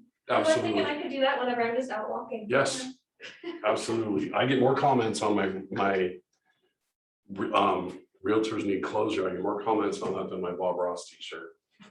You know your audience, That's funny, see, even you Bob gotta, Ross you gotta be, shirt. you have to be of a certain age to know Bob Ross is, right? I only know it because I have friends who would, Tell me. But everything, but most people know it. huh? Doesn't need to be. Yeah, happy trees. Happy trees, no mistakes, just happy little trees. All right, how should you follow up with leads generated from your marketing? All the first four of these are really important. Number 5 is that's the thing. You have to follow up. So how do you do that? Again, I would tell you, it's got to be in your calendar. Yeah, I know you can set tasks and commands. Set That's what I tasks and started doing. commands, right? Go through database. So database health score, right? To have 100%, you need to know their name, their phone number, their email address, their physical address, and their birthday. I have a subscription to a website called AM Cards. Everybody in my database gets a birthday card. It costs me $2, and that includes postage. I pay, Set AM cards. yeah, AM Cards. I have to go look honestly, no numbers are. Because you don't have to do anything, just automatically send it to them. It's literally clicks of buttons. That's it. Everybody gets a birthday card. I have people thank me when I'm out at the bowling alley. I have people thank me for the birthday card. I didn't even know I sent it. Like, oh, yeah. A, it's all taken care of on the website, and B, my assistant Nikki's the one that pushes the buttons. I don't even know. I'm like, well, I just wanted to recognize your birthday. Right? Hey man, thanks for the birthday card. This happened to me in January. Hey man, thanks for the birthday card. I'm like, sure. He's like, my birthday's in July. I was like, I wanted to be first, right? And if we happen to miss one, there's a card that says, I didn't miss your birthday, I just wanted to extend it. Right? So yes, passive marketing, right? And my logo's all over everything. But number one, to follow up with it, it has to be in your schedule, right? Marketing follow-up. And if you can do it, put it in the same time slot every day, right? Whether that's sending the emails, reconnect, staying connected, texting. If I stay connected, it's even, hey man, how are you? It's been 2 whole days since we talked. I'm just checking in on you, right? Or whatever. Right? But that has to be in your schedule, because guess what? If it's not in your schedule, you're not going to do it. Or you'll remember to do it today, but then you forget until Friday. And it's got to be consistent every day. So when I got to Keller, they taught us lead generation needed to be 3 hours every day. On the phone every day. About 1.5 years, 2 years ago, it finally dawned on me that they'd actually changed that. It needs to be 3 hours a day, but they, depending on which agent you talk to, they've split it up. It's lead generation and then lead follow-up. I was just gonna ask that if part of that is follow-up, because I mean, It the should be. follow-up is still Yep. generating leads. Is It there like absolutely a such should. thing as too much follow-up, like you don't wanna like bombard them, right? They'll tell you if it's too much. You know, like if you met somebody at the Rockies game over the weekend, right? And they were like, yeah, we were thinking about buying a house. I wouldn't start sending them, hey, let's get together emails every day. I'd go once a week. And there's all kinds of things that you can set in command, right?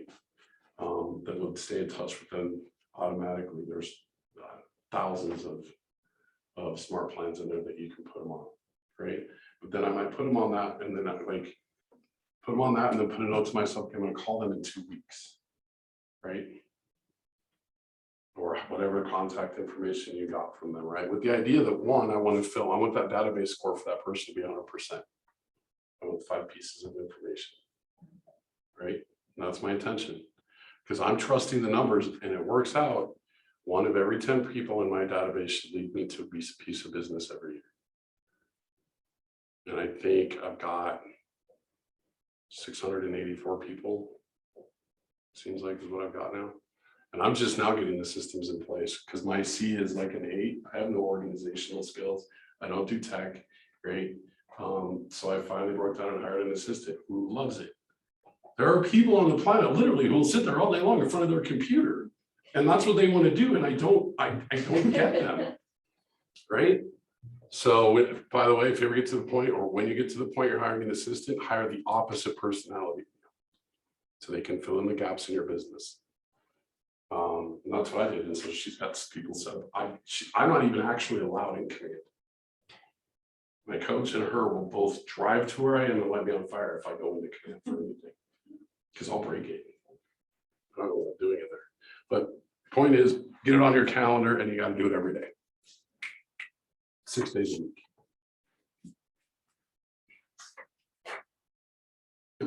All right, we're gonna skip the tech demo and designs because we're a little behind, and I figure you guys can play with that. You can get in touch with Amy. She can, there's the tech classes all the time. Yeah, we have something for Wednesday scheduled Yeah. actually, so. Sweet, that's awesome. Amy's the command master. All right, so let's do this. Let's take a 15-minute break. Is that enough? Yeah. Start up again at 5 till, and we'll go over open houses, which is literally my favorite topic to teach. I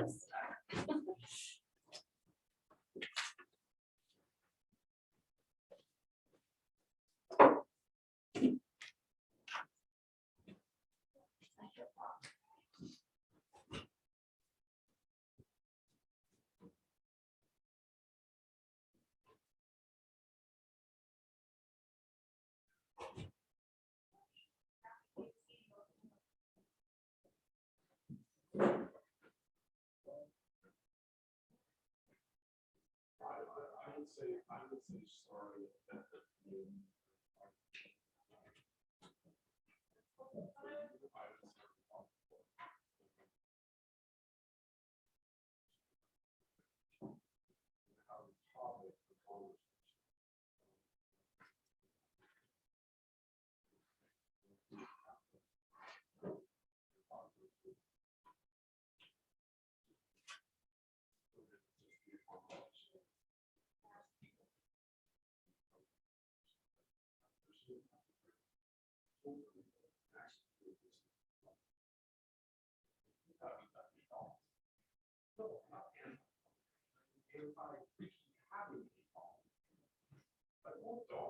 I love your dog. The cool flavor would be great.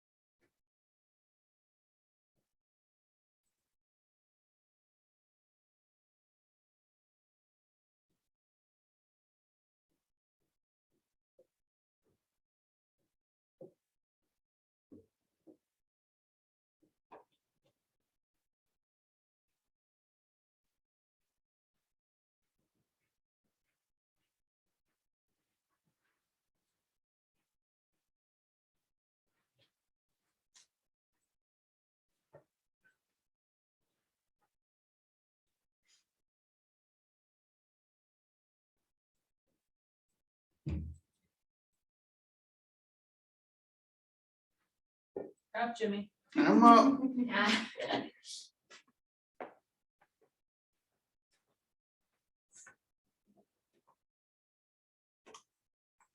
So I don't know if you talked or got with Smedra, but I gave you wrong information.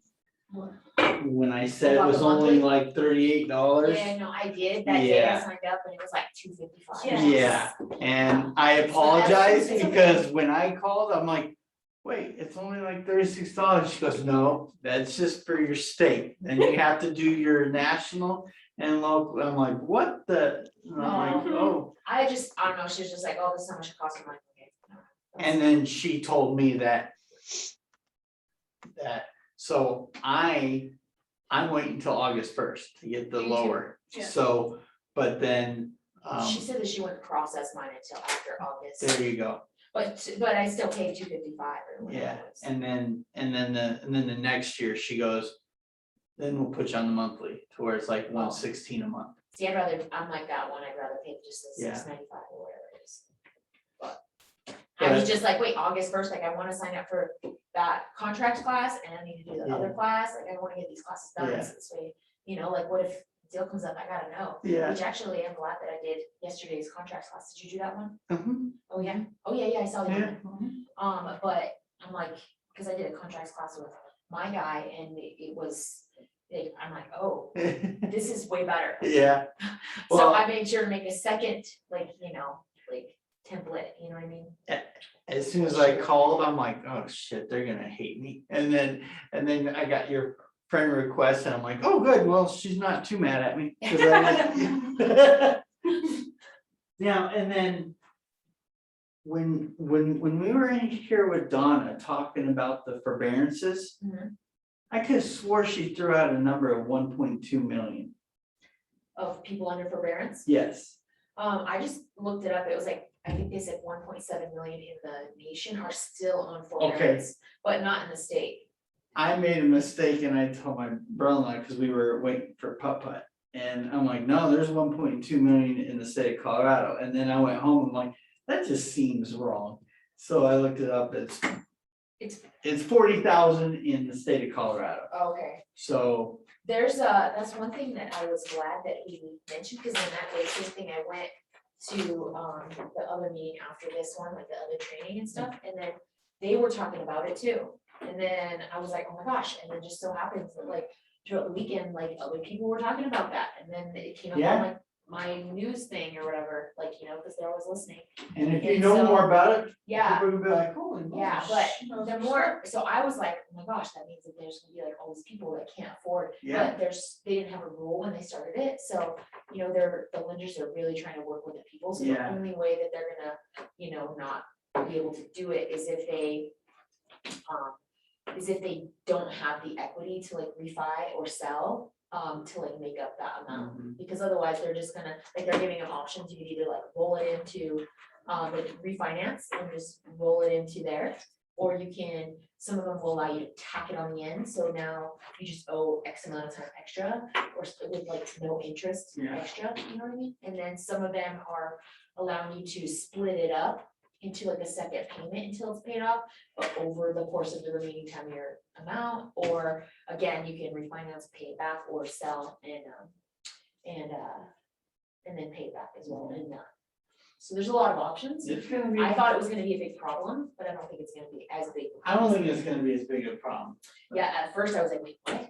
What? I was like, You're like, I gotta start talking to but they people. said that there are going to be a lot of people that are like needing to sell in order to pay it back. Yeah, So they said that there's gonna be an increase in the amount of homes on the market. especially in available. this high market, they're gonna be like, holy moly, well, Yeah, let me so sell there's now. gonna be like an influx of people, so then that means that, the demand isn't gonna be as high, so, we're already starting to see that a little bit, with houses sitting for a little bit longer, but, which will also cause the price of them to kind of level out, or, not be as competitive, because there's gonna be more available.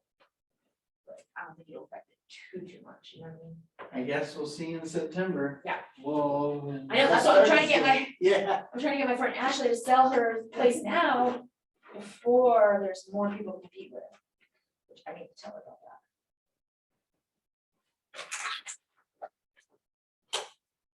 You figured out, like, how Asians can help renters, cause I did run this like Facebook ad just to like play with it last week.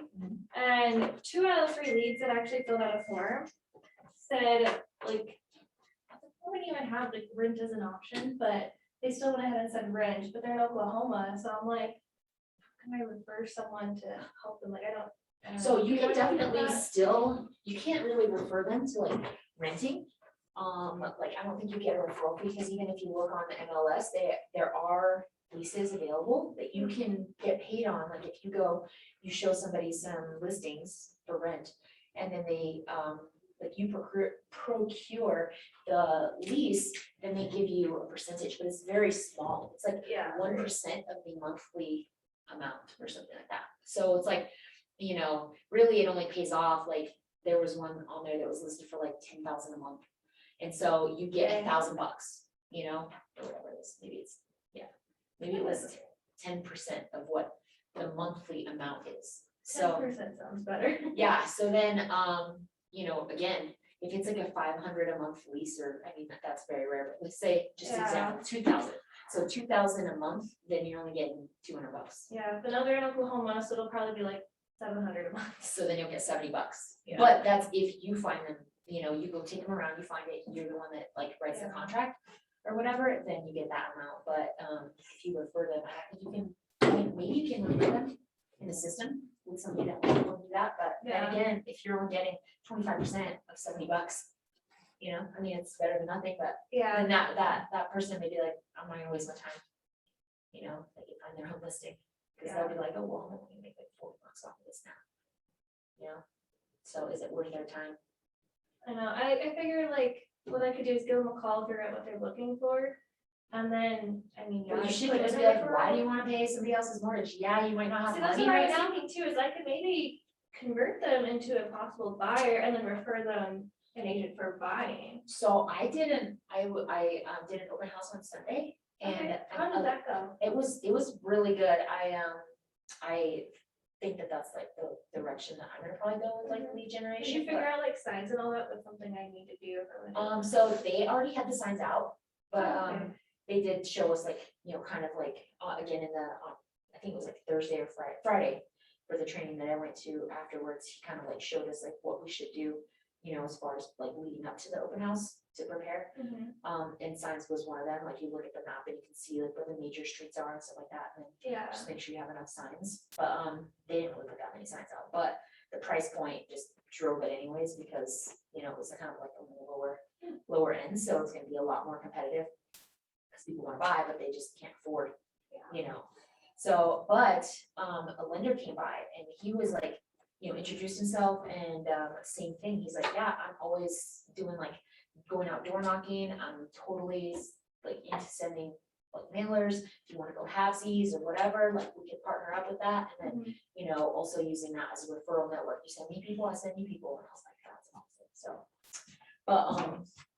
But he was talking about like the different types of like, you know, with a first time home buyer, they might have like an FHA, because they don't have a down payment, and then also like the whole like assistance with the down payment, so they don't have to really bring anything besides like escrow.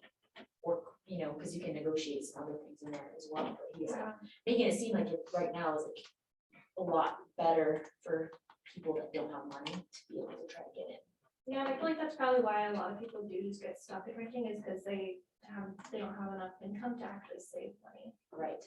So, You can like totally just hit up, you know, even if you talk to a few lenders in their area that they can work with, or I don't know, like there's a national one, then you can see what their specific option may be, then you can, you know, like knowledge is really what, if you give them the knowledge, then they may not know. You Yeah. know, to give them that option instead of wasting. mhm. Oh, yeah, that did cross my mind where, I mean, you can turn them into a buyer and then get a buyer's agent referral fee versus average fee, that's even a thing. Yeah. You will be shocked at the amount of people that you will meet that think that they can't buy a home when they can. Right, And you just, I beg people, just talk to a lender. There's no obligation. It's literally free. Mhm. Let the lender determine where you're at and what they can do for you. You'd be shocked. I met a guy, it was a referral from a past client, friend of mine. And I went down and had breakfast with him on a Saturday. And he was like, I don't think I can buy a house. There's no way. I closed him 35 days later. That's awesome. So it's just get them in front of a lender and find out what they can do. And if they can't, maybe they're right, maybe they can't now. The lender can get them on the path that maybe a year from now you can. And here's the thing. I don't want you sitting here 5 years from now, still not having bought, thinking, man, I should have bought 4 years, I guess. Right? So let's get you with the lender now and get you on the path to homeowners.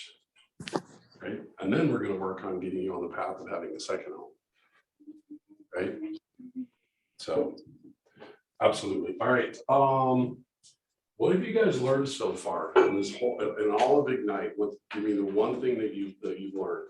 I feel like I learned so many things. To pinpoint, like on the spot.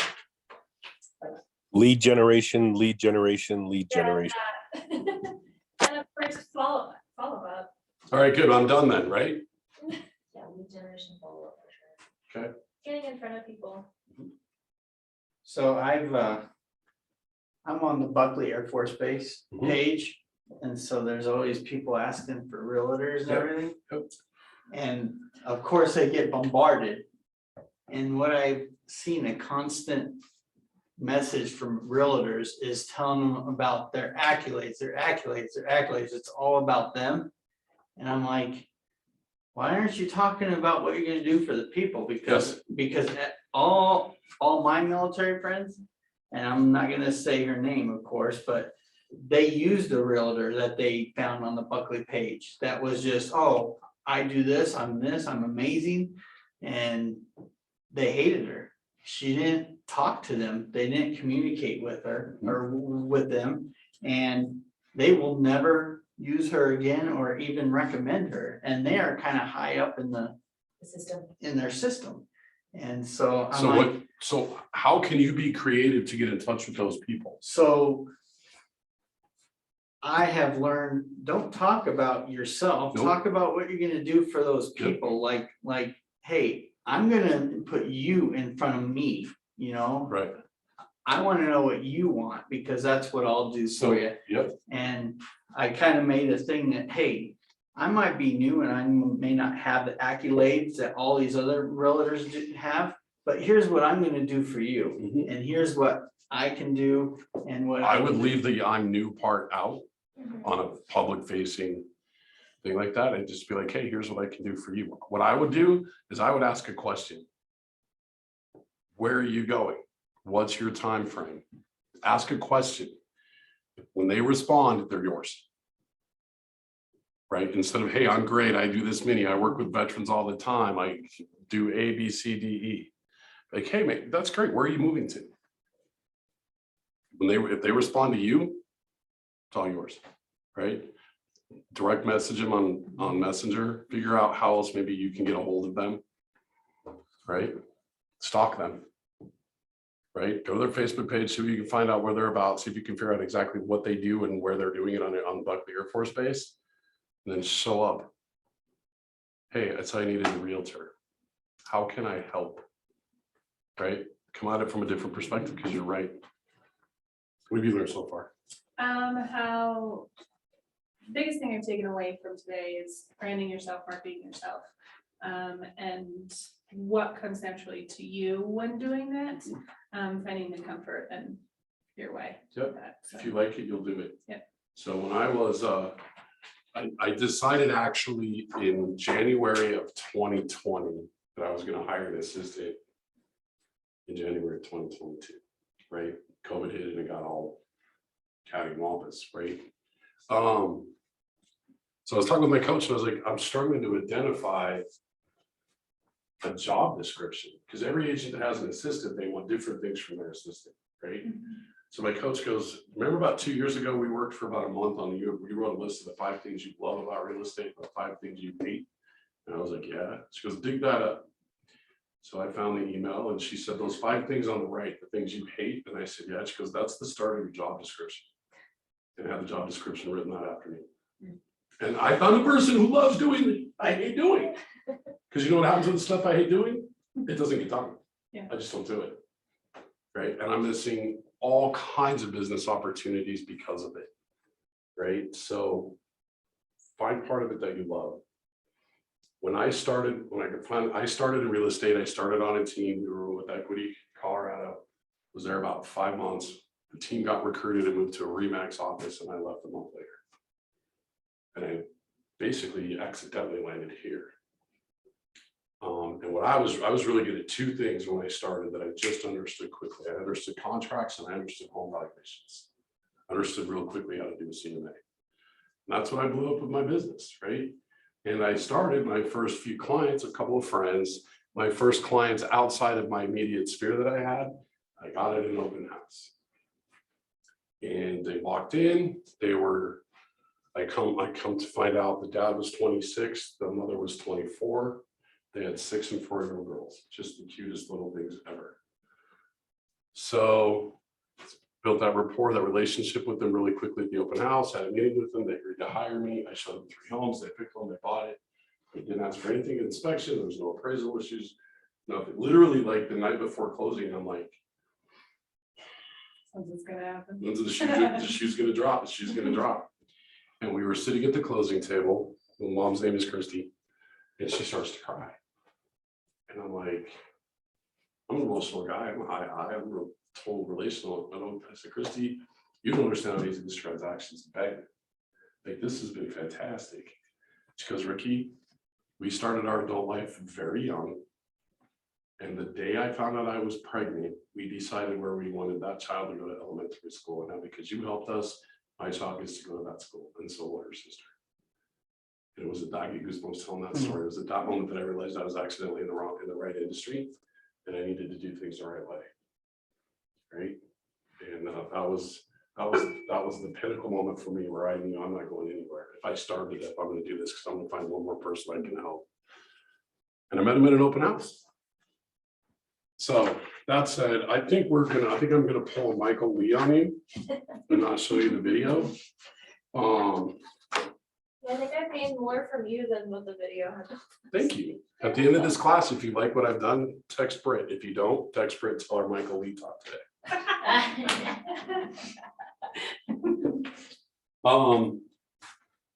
Plus, you guys have access to these videos anyway, Yeah. right? Yeah. They're on.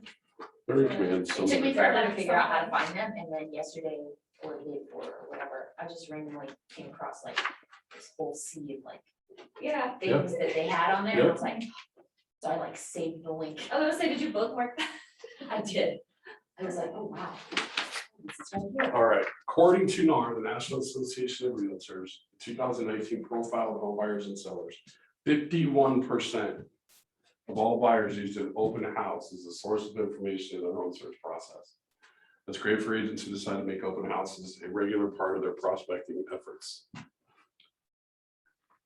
I don't even know where to start with open houses. There's so much. I could spend 6 hours talking about open houses. I love them so much. Number one, per NAR statistics, the chances of you selling that home to an unrepresented buyer at the open house is right around 1%.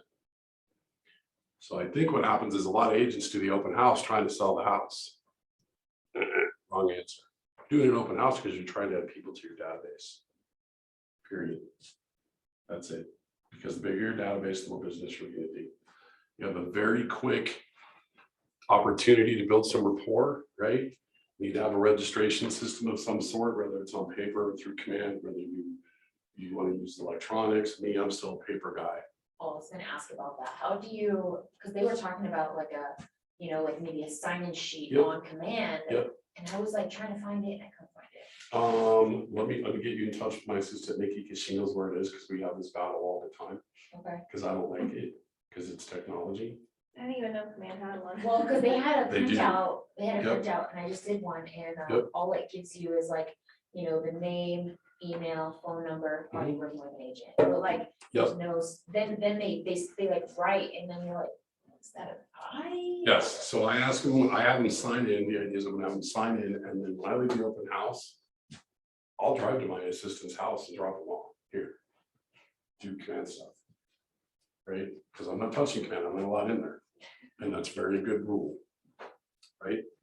You gotta get them to sign in, you gotta get them engaged, right? Few rules. Let me start with a few rules. The more open house signs you can put out, the better. There's no such thing as putting out too many open house signs. Right? The rule of thumb is for every sign you put out, it should be one visitor. Right? And do all your social marketing on it. Another mistake agents make, they market their open house in the MLS, which is great. Who sees that? Agents. And buyers who already have an agent, otherwise they wouldn't get the information, which is fine. Like, I want them there, so I'm gonna put it in there, but that's not who I'm after. That's not my target market, right? Open houses are done so incorrectly. Know your target market, your home, right? You need to know what sells this home. Every home has one thing that sells it, right? Kitchen, yard. Me, I want the home with the best master bedroom. That's just me, right? So find out what the thing is that sells that house. Now, who knows the answer to that question? The buyer, The owner, the owner. the current owner. They know why they bought that house, right? What's the one thing that you're gonna miss most about this house? If they don't know the answer, you say, hey, what's the one thing that makes you buy this house? If they don't, ask them, what's the thing you're gonna miss? That's your marketing piece, right? I had a home one time over here in, I think, Cherry Hill Knolls, something like that, over off of Vanna and Orchard. Beautiful home, listed right. We did a pre-appraisal, we listed for, like, it was great. It was on the market for about a month. A lot of activity. This was 2014 or 15. A lot of activity, a lot of interest. No one wrote an offer. So I had a newer agent call and ask me, hey, can I do an open house? I was like, yeah, sure. I've done 3 of them already. You're welcome to. So as luck would have it, I was showing a home in the next neighborhood during her open house. And so I just swung by and we're talking about it. She says, do you know what sells this house? And I was like, I think it's the custom woodwork throughout. She goes, no, Zowie Marketing. This is a new agent. She says, Zowie Marketing. And I said, yeah. She goes, no. This is the trifecta of Cherry Creek schools. At that time, the elementary school, the middle school, and the high school all had the highest test scores for their level of education in the entire district. So back then, we used to do a home book, which was a book like this, right? That had all the information you could possibly have, the neighborhood demographics, all the information, the schools, everything about the neighborhood and everything about the house, right? Cost $50 buy from title, 2 weeks later shows up. It's great. So I thought about it and I was like, okay, fine. So I went and snapped 3 pictures, one of each school. I put it in the cover of that book because the idea is you just leave it there. Buyers can see it, read up real quick, right? And I made it the second picture in the MLS and I sold it 2 days later. So you got to know what you're marketing, right? All right, so I want to go over a safety thing first.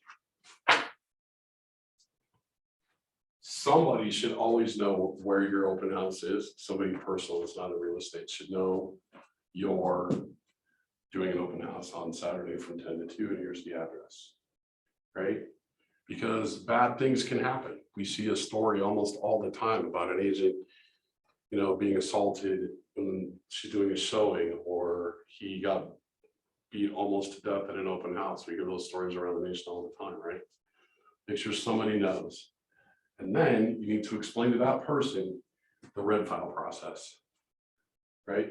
So if I'm your person and I know you're doing an open house Saturday at 10 o'clock and you call me at 11 o'clock and you say, hey, Ricky, how's it going? I'm like, good, what's up? You're like, hey, you know what? Will you do me a favor? Will you go grab the red file off my desk? I forgot it.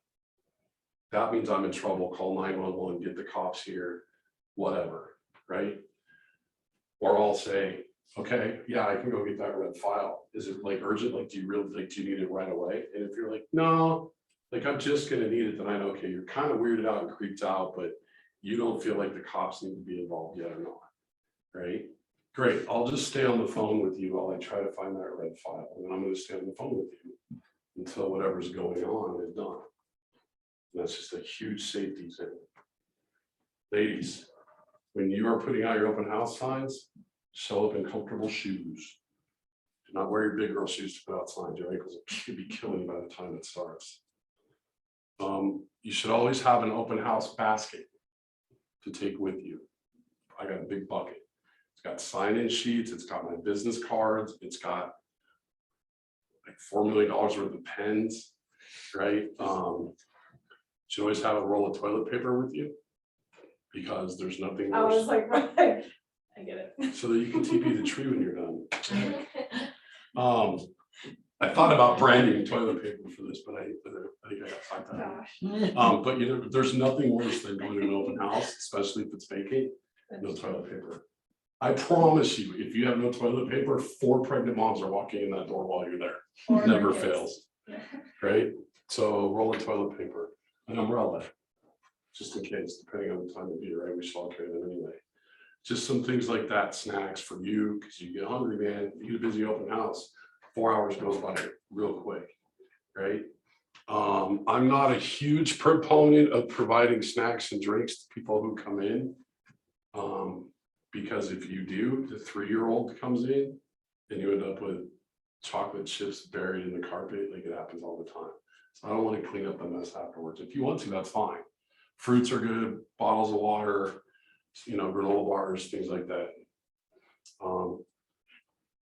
I try to treat it so like it's not Halloween, like a whole bunch of kids. Oh, it's kind of fun sometimes when people sugar up their kids and send them on their way.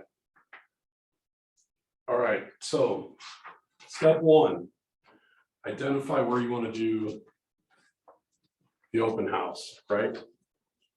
So on Monday, select your open house location time, volunteer to host an open house for someone in the market center.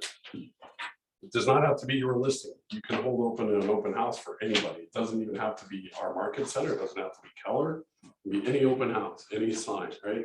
Call the agent. Hey, just curious if you'd be willing to let me do an open house on Saturday, right? Unless the client has specifically said no, most agents will say yes if they're not already doing it, right? So you got to identify it on Monday, right? Tuesday, post online, generate a call list and call 25 neighbors. You can get that information from your title company. They'll plug you in the 25 closest neighbors. Adhere to all do not call policies. Wednesday, post it online again. Install the KW consumer app on your phone and put the sign in the yard. You will be able to give your app away to everybody that comes in the door. Thursday, post it online and invite your database. Return yard sign calls if you've got yard signs out. And email property-based internet leads. Friday, post online, prepare market stats and comps. It's really important, right? When you meet somebody that you've never met in an open house, if you can teach them 2 or 3 facts about the home or the neighborhood, if they're actively looking or about to be, they just hired you. So I'm going to tell them in this neighborhood, because I'm going to search by neighborhood name, and that will get most of the stuff in the MLS. And I'm going to be able to tell them that right now in this market, the homes in this neighborhood are on the market an average of 6.5 days. I'm going to tell them that, and I'm going to look at list price to close price ratio. So I can say, and on average, these homes in this neighborhood that are on the market 6.5 days, sell roughly at 1 to 1.2% over list price. Right? If they're actively looking, they just hired me because I shared with them 2 details. People do business with people they know, like, and trust. Right? Now, when I got in the industry and I learned that, I thought trust was going to be the hardest one. It's not. It's getting them to like you. So they met me now. So now we know each other, right? I now have their trust because I just proved to them I'm a professional. I know the numbers, right? Now Ricky's going to go in high Ricky mode. I'm going to start cracking jokes. I'm going to get them to laugh. I'm going to do whatever I have to do, right? To get an appointment with them, to get them into my database. Because would it make sense for us to meet? Right? Things like that. Okay, great. Can I get you've already signed in, please make it legible. And Mickey Mouse is already here, so I know you're not him. You can't use his name.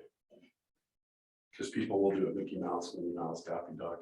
Like John Elway visited one of my open houses once. So try to get them, if you can, depending on how busy it is, hey, you know what, if I could get you to sign in for security purposes, the seller would just like to know who's in their house, and unfortunately for contact tracing as well. If you want, I'd be happy to fill it out for you if you just give me your name, number, and email address. Some people will say, sure, that's great. Some people will sign it. Some people will give you pushback. If they give me pushback on signing in, okay, I'm not gonna not let them in the house. Right, but I'm not gonna create a scene. I don't wanna get beat up because somebody wouldn't sign the registration. Study the neighborhood, the ins and outs on the roads, so you can properly sign it. Advanced open house trick. If you're gonna put out signs like significantly in a row, put one in backwards. Guess what? Guess what will happen? Somebody's gonna miss the turn. People will look at it. People will come to the open house for the express purpose of telling me that I messed up. Right? The old story where the third grade teacher does 100 math problems on the board and she gets one wrong and everyone laughs at her. And she says, that's the thing with life. You didn't recognize that I got 99% of these correct and you laughed at me for missing one. Right? But it's a natural human instinct. I have had people come into the open house to tell me it was backwards. Right? I'll put my name tag on upside down. Something that will engage them, something that will have them come to me with a conversation. Your name tag, it's upside down. Oh, that way I can look at it and know who I am. Hi, I'm Ricky. Right? Just something to grab their attention that will make them come to me and ask questions. So your signage is very, very important. What is a competitive time to do an open house? I would tell you this, and everything in Ignite and everything in real estate, I think one of the most important things is to understand the market that you're in right now. What kind of a market are we in right now? Well, we're in a pretty heavy seller's market. They control everything, right? It's softening though. We're starting to see homes on days on market go from 2 to 6 or 7 or 8. We're seeing the opportunity for open houses to come back as the market's softening a little bit and COVID restrictions have allowed us to do that. The best time, I don't know that there is a best time. I always teach, do it for 4 hours, because if you do it for 2, you're going to miss a lot of people that are at a little league game or a dance recital or a picnic or whatever. So I say do it for 4 so that the little league parents can either come in before the game or after, right? We used to have a lot of luck with doing an open house on Sundays around 12 and make sure all our signage starts at a church. And we'll bring people in after church. It worked. It really did. I had a lot of luck, especially on Thursday nights and Friday nights, doing open house from 3 to 7, 4 to 8, depending on the lighting, you know, and what time of year it is. If someone stops at an open house on Thursday at 6, they are serious people. You will have less people, but your quality of projected buyer and client is much higher, right? If someone's going to stop by on their way home from work and be 10 minutes late for dinner, they really want to see that house, right? And sign it from a major intersection. Be careful with your open house signs. I'm going to tell you guys, look up each different county, because each county has different rules and each city has different rules. I have had to go to dig out some open house signs out of the dumpster because the city came through. But So do you place your own open house signs? Because like Britt was saying that she has a company do it for her. she does have a company do it for her, and I'm blanking on the name of it. I place my own currently. When I get back to when the market's got to soften a little bit more, so that we can have actually the opportunity for almost every home to hit the market, have an open house, right? A lot of listing agents these days list on Thursday, no showings until Friday afternoon or Saturday after the open house. Creates urgency, right? But I still will put out my own open house signs until I get to a certain level of business, and then I'll pay to have it done. It's not grotesquely expensive. I think when I looked right before COVID hit, it was like $50 for 10 signs and 130 for 30 signs or something. I can't remember. So it's worth it. Just make sure that you hold your money accountable. Make sure that you understand where you're spending your money and is it worth it to you. Clinton Porter did an open house one day on one of his listings and it took him almost 4 hours just to put the signs up. An open house for Clinton is almost a 12-hour day. It's 4 hours to put the signs up, do the open house, pick the signs up, and then do the follow-up. Every person that registers my open houses, I will reach out to that night after the open house. Even if they say that they already have a. Unless they already have an agent. Right? Unless they already have an agent. Now, that's the number one lie people will give you on that form. So you gotta come around it from a different way to make sure that they have one. Hey, you know what? If you want to just give me your agent's name and phone number, I'd be happy to text them all the information on this house. I'd be happy to let them know. If they start to stumble and no idea, no, maybe they didn't, maybe they don't. But that's also not going to be the bulk of my business, right? If I do a good enough job at the open house and I pique their interest enough, they'll let me know, right? I got an email 4 years ago from a guy who said, "Hey Ricky, we met you at an open house. We really liked you. We're finally in the financial position to buy a home. Could we meet?" Signed his name on the email, gave me his wife's name. I had literally no idea who they were. I hadn't done my follow-up at all. I had met them at an open house 3 years before. Never talked to him after that open house, but he said, "You were the only one." He said, "We've been looking at open houses for years." He said, "You're the only agent we've ever met that was in the position." He said, "So when we got home, I put your card up on my fridge." Oh, okay. Super cool. I didn't recognize it until I walked in. When I walked into the meeting, that's when I was like, "Oh, now I remember." Door knocking. I'm a firm believer that you walk out the front door of the house, you door knock the 10 houses to the right, the 10 houses to the left, and the 20 houses across the street. Hey, Rick at Keller Williams, I just wanted you to know we put a home on the market here a couple days ago. I'm going to be doing an open house on Saturday. I'm going to do the open house 11 to 2, but we're going to have a special neighbors only showing or neighbors only open house from 10 to 11. So if you're not in the neighborhood, you can't get into 11. If you're in the neighborhood, I'll see you at 10. And that's it. And I want to do that for a couple of different reasons. Some neighbors coming into that house because the wife's dying to know what happened in the kitchen. What did they do to the kitchen, right? The husband, "Oh, I heard Tom put hardwood flooring in this house. I'm gonna go see, did it himself. I want to go see." That's great. And you want them in because you want to meet them and get to know them, and you do not want them at the open house because you don't want anybody in the open house in the neighborhood that knows the sellers very well. Too much can just go sideways on that. And if you're lucky, Nancy nosy neighbors in that neighborhood, and I assure you, she's showing up at 9:59. Right? And you want to know her and you want to get to know her, and she's the last person you want to hear open house. Right? So neighbors only 10 to 11, open house 11 to 2. And you get some neighbors in there. Can you also ask the neighbors to invite any friends or family? Absolutely. Tell you what, this house is on the market. You want to choose your neighbor? Because I'm going to sell this thing on Saturday. You want to choose your neighbor, or do you want me to? Right? Yeah, absolutely, my good friends. I know as many people, there are people who are literally doing 400 to 500 transactions a year, and their only lead generation is an open house. Now, their open houses before COVID was crazy, right? Like they didn't do open houses, they did wine tastings at a live listing. People would show they do a wine time. Oh, did I have a wine time? They had cheese and all kinds of stuff, right? And I was like, "That's great, get them drunk, get them to hire you. I like it." Now they say birds of a feather flock together. Yes. If So I people want want their friends to live by them. Yep. So I want people who are going to drink and eventually get divorced. Right.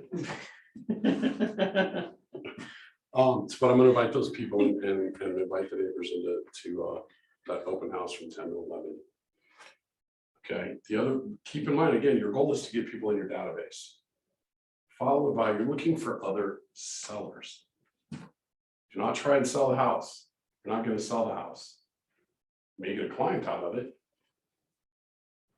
probably not selling that, 1% chance you're gonna sell that house to an unrepresented buyer, right? Get as many people in your database as you can, follow up with them immediately that night. Thanks for coming to the open house, what did you think? What are your thoughts, right? Now, what I have that has worked beautifully and gotten rid of almost all pushback on sign-ins. I actually have a feedback sheet, it's a full page.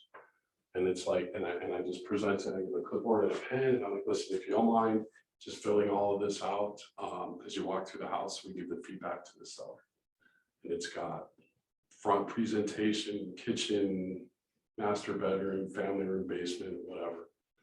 And it's got numbers 1 through 5 on all of them. If you just rate these and so I give the feedback to this seller, that'd be great. So as they would start walking that, if they don't sign in, on the top of it is their sign in, and then the bottom is the feedback. No, the left is the feedback, the right is their sign-ins are. If they're giving me pushback on signing in, but now they're doing this, as they start filling it out, don't forget that they want to give me their name. And don't give me their name. And again, for seller's protection, they just want to know who is in their home. And for contact tracing purposes, I do need contact information. Most people will give it to you. And then again, as soon as you get home, man, however many you have, you got to respond that night. You got to follow up that night. Really appreciate you coming. Thank you. What did you think? Even though I already know what they think, because they probably fill out the feedback. Hey, notice you put a 5 on everything except the family room. Wasn't that right? Anything to get them engaged. If you want to door knock and talk to the neighbors, that's fine. It's preferable that way. If you don't, and you just want to leave a flyer, that's fine. If you're going to door knock, I teach 10, 10, and 20. If you're going to just door drop on them, just invite as many neighbors until your shoe blows out. As many as you can get.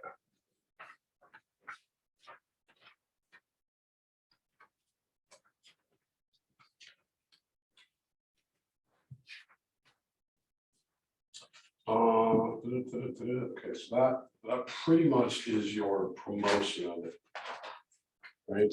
Don't make the mistake I usually make, and I get lazy and I call the agent like on Thursday, like, can I do an open house Saturday? Like, yeah, and I show up Saturday and put out a few signs and tell everyone I did an open house.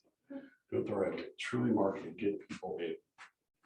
Now, are there some agents, it's actually their listing that might already do the marketing or even like the signs, like, does it vary? Sure. Absolutely. Okay. And I will tell them this, okay, let's see, again, sometimes Ricky's opinions aren't always aligned with everything. I could literally name my business, Ricky Hates Zillow Real Estate, because I hate every single thing about Zillow. I hate what they do, I hate how they do it. The exception that I can tolerate is I need that listing to be listed on Zillow as an open house. And only the listing agent can do that. I can't. So I always ask, listen, will you market this on your end as well? And please make sure it gets marketed on Zillow. Please, please, please, that's really important. On the amount of unrepresented buyers that come to your house, the #1 reason they came in is because they saw it on Zillow. They didn't see it on the MLS because they don't have an agent. Saw it on Zillow. So they come in and I'm like, hey, what brings you out today? How'd you hear about us? Found it on Zillow. Chances are they're unrepresented, right? So yes, absolutely.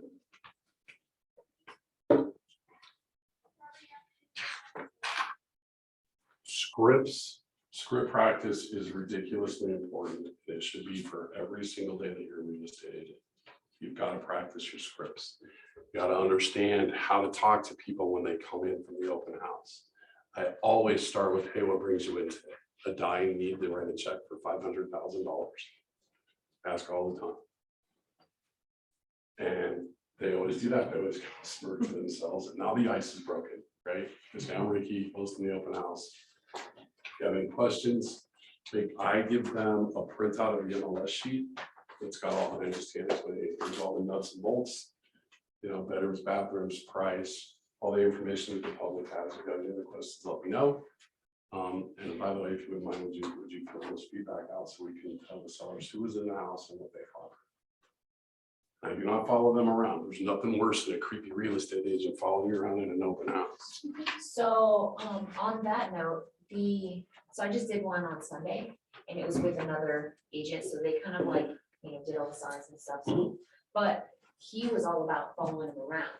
And I was like, dude, why don't you just let him walk around? But then every time he would follow someone around, that was like, potential lead, he would get that lead, right? Sure. So then I'm like. Is it Ryan? Huh? Is it Ryan? No, so I'm just like, man, maybe I should follow like the next person around, because then we're talking a little bit as things go up, as we go Yep. upstairs, we talk a little bit more, and then now they're my lead, you know what I'm saying? Yep. So, in that case, I I'm felt the same way. I'm not a proponent of it myself. I will get them on the way back out. Let them see the house.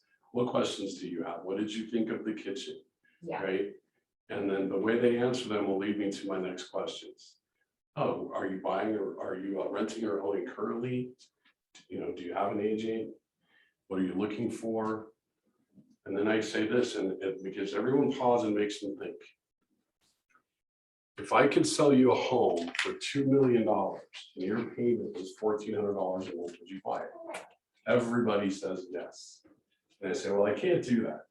But I say that to show people that the overall price of the home isn't as important as what that monthly payment is. So when you say your budget is 500,000, then what I'm thinking is your payment's really like, you're really around 2,100 bucks. Is that a fair assessment? Because I want to know where they are comfortably monthly, do the math backwards to figure out what they need to have buying power wise to hit that number. Right? Because if I hit that number for them, they're gonna love me for every month when they make that mortgage payment. They're not gonna care. I think a person should only care what their home is worth 3 times: the day you buy it, the day you refi it, the day you sell it. Right? It's about that monthly payment. There's a reason, and for those of us that have the audacity to need a home loan, right? So that's just what I ask them, and get their perspective changed on, okay, what's your comfortable monthly payment? Because that's the number that's gonna matter to them. yeah, that was one thing that I was trying to get at in that open house as well, because it was kind of like, it was a townhouse. So I'm like, you're gonna be paying higher amount in like association fees and, like sometimes the taxes and stuff like that. So, like another option might be a single family home that's maybe a lower price, like that's just barely, Sure. it might be a wash in the end, Yep. And don't overall get scared of the HOAs necessarily. I know they can be pretty steep, and Yeah. maybe they're steep in that unit. Take a look at what you're getting for it, right? Right. It's never about the dollar, it's about the value. Right? It covers external insurance, so your homeowner's insurance on this is literally gonna be like $21 a month, right? A lot of them in that higher end HOA fee, they're gonna cover water and sewer. If you're anywhere near Aurora, that's $125 a month, right? So far I've saved you $200, right? Comes with the trash removal, lawn care, whatever else comes with them, and let them know, so that they don't necessarily think, oh gosh, $290 a month is expensive. It is, and here's the value in it. You have no more water bill, and you have no more, whatever it's gonna cover. The external insurance and water are the 2 big savings. And now it changes their perspective a little bit on what they're spending their money on. Right? Are you paying your own water right now? Are you paying your own homeowner's insurance right now? What's that total? It may be pretty, it normally should be right around 2/3 of what their HOA payment is. And it just helps kind of soften that a little bit. However, I love that, right? Like maybe we look at single family homes, or maybe we do look at a townhome that has smaller HOAs, right? I tell people this just because it gets them thinking. The one hole that I'm aware of in lending is this: if you're going to pay $300 a month in HOA, they have to take that into consideration when giving you a pre-approval, right? But if there's no HOA, they never ask you how much your water bill is. Right. Right? So I tell that to people, and it just makes them think a little bit, right? Because I like to share facts, share knowledge, come from contribution, and ask questions, right? The best thing to do is ask questions, right? How serious are you guys? Are you guys looking, what's your urgency, right? We're thinking about moving about the next 6 months. All right, 90 days, which means I got 30 days to get them to hire me, and then 30 days to get them under contract, and then 30 days to close. That's how I start thinking, right? Why 6 months? What's important to you about that? Another thing, just from a language perspective, the other word to get rid of is why. If you can avoid the word why at all times, your life's better. I don't care who you're talking to or what the topic is. If you ask a question that starts with why, you get an excuse. What's like, right? What's important to you about that can replace why. It's really important. The other thing is get rid of the word but. Right? We could buy this house, but when you are auditory and you're speaking, the word but nullifies the entire first part of the sentence. Now that first part of the sentence became irrelevant, right? We'd love to buy this condo, but we can't afford it. Or we can't buy this condo and we can't afford it. It just feels different. So get rid of why and but and agent. Best you can. What's important about it? I start a lot of questions with what? What's important to you about it? What are you thinking? What did you think of this? Right? When? I want to try to get to the who, what, where, when. The only time that I will ask why, and I don't really like it, I just naturally slip up, is why are they moving in the first place? When I get their contact information at an open house, my next goal is to find out what's their goal. Their goal isn't to buy a condo. Their goal is something else that they're trying to achieve. They need to buy a home to do that. We want to get closer to work. We want to get further away from my mother-in-law. I didn't get the listing. The dude was super cool, but they literally moved to Wisconsin because they couldn't stand his mother anymore. I'm like, that's a lot. He must really dislike your mom, right? So I want to find out what's their motivation, right? And then what's the goal? We want to be closer to work. Perfect, right? How far are you from work now? 25 minutes. This place is 10 minutes from work. Great. So if you were to buy this place, you just saved 30 minutes of your time every day. That's 2.5 hours a week. That's 10 hours a month. What could you do with 10 hours a month in your life? Right? Because now the condo is irrelevant. Getting them closer to work is the same. In order to do that, they've got to buy a new home to save them 10 hours a month. Right? And frankly, it's probably more than that in the winter.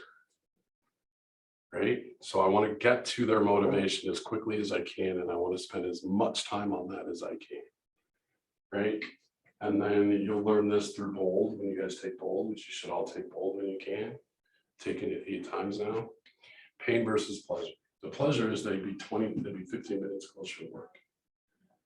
Pain is the reciprocal of that, right? So what does it look like if we can't get this done? If you don't buy a home and you're still 25 minutes from work? My guess is from minute 11 to minute 25 on your way to work, you're probably an unhappy person. Right? Who wants to live like that? So press hard, their copy is yours, and let's go find your next one. Right? And then every time I talk with them, I'm going to bring them back to that 10 hours a month saved. Right? Keep going, it's 120 hours a year. Wouldn't want to spend an extra 120 hours with their family or their dog or sleep in. Like that would be my thing. They're like, ooh, 15 more minutes of sleep. That's good. Right? Or I'd probably stay up 15 minutes later and get the same amount of sleep and still be crumpy every morning.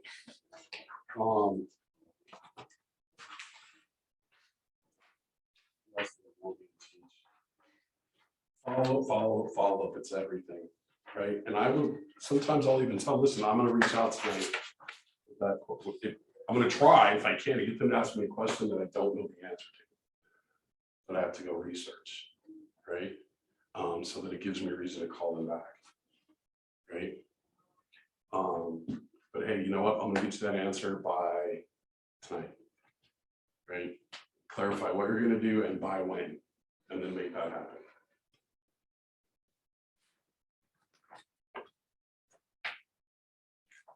It's going to talk in here. It talks about interview prospects in your database. every once in a while you get lucky, you can actually set an appointment at the open house.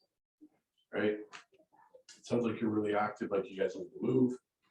You don't have an agent, but it makes sense for us to meet. I can meet you Tuesday at 4. Right? Whatever the close phrase you're gonna go with doesn't make sense for us, would it be okay if, hey, let's meet, right? Tag your prospects, immediate buyer, immediate seller, future buyer, future seller. And then you can customize the touch campaign and stay in touch with them, which would be your marketing. You're still prospecting them until you get certain questions answered. When, where, what, who, right? Who's important. You don't want to get to a week before closing and then figure out that grandma's got a cosign for you. And then 10 years later, forget that grandma did that and you go to sell your house, you know, grandma lives in LA, that happened to me. Then you sell the house and grandma lives in LA.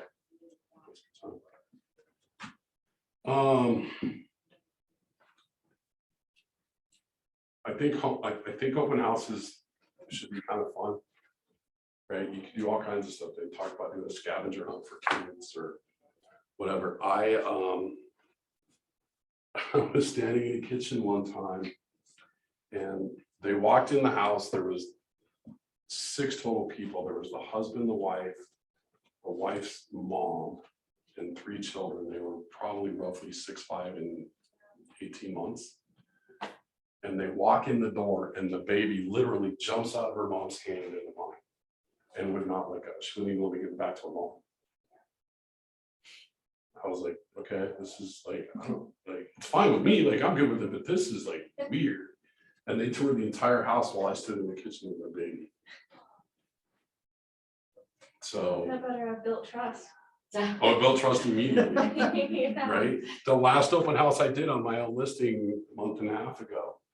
A couple walks in, 2 ladies. They had a baby in a not a stroller. What am I thinking of? It's been so long since I've had a kid. Car seat? It wasn't a car seat. It had wheels, canopy thing to pull up. Baby's asleep. It's a 2-story house. They wheeled it in, left her in the living room to sleep with me, and they toured the house. And I was like, does the fact that I'm a realtor just automatically mean I'm not going to chop up your infant? Like, I don't understand the trust. It was weird. If you go to an open house and leave your baby there, I just assume you're gonna leave the baby anywhere. I wouldn't even leave my dog. I feel like it's coming with me up the stairs. Yep. So you have to be ready for anything. You can hold a raffle, right? You'd be shocked how many people would kill you for a $20 gift card to Starbucks so they can buy half a coffee these days. Contests are good, right? Put out mention that you saw this on Facebook and I'll enter you in a prize for free movie tickets. Movie tickets can be a big one to give away and they're pretty inexpensive, right? Gift cards anywhere. People love gift cards. Anything to get people in the door. This is a good one. Make sure that the seller has, and you bring this up at a listing appointment if it's your listing as well. Definitely in an open house. Do everything you can to make sure the seller's gotten rid of all their guns, jewelry, and drugs. Right? You know, I don't want responsibility for that $9,000 ring going missing. So take it with you, get a storage shed. Please unload the shotgun that's leaning up against the closet door at the top of the stairs. Drugs are expensive, so if you'd like me to hold them for you, I'd be happy to do that. But make sure that those things get taken out of the house.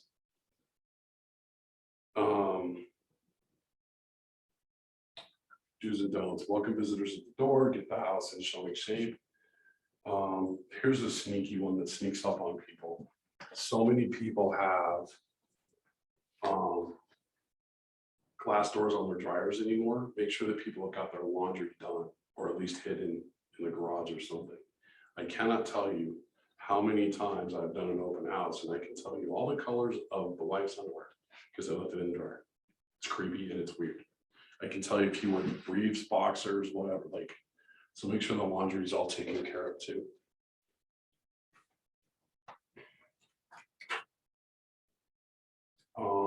Don't forget about safety, never turn your back on a prospect. I just don't for it. I've got an agent that, she used to coach with me here. She's super cool.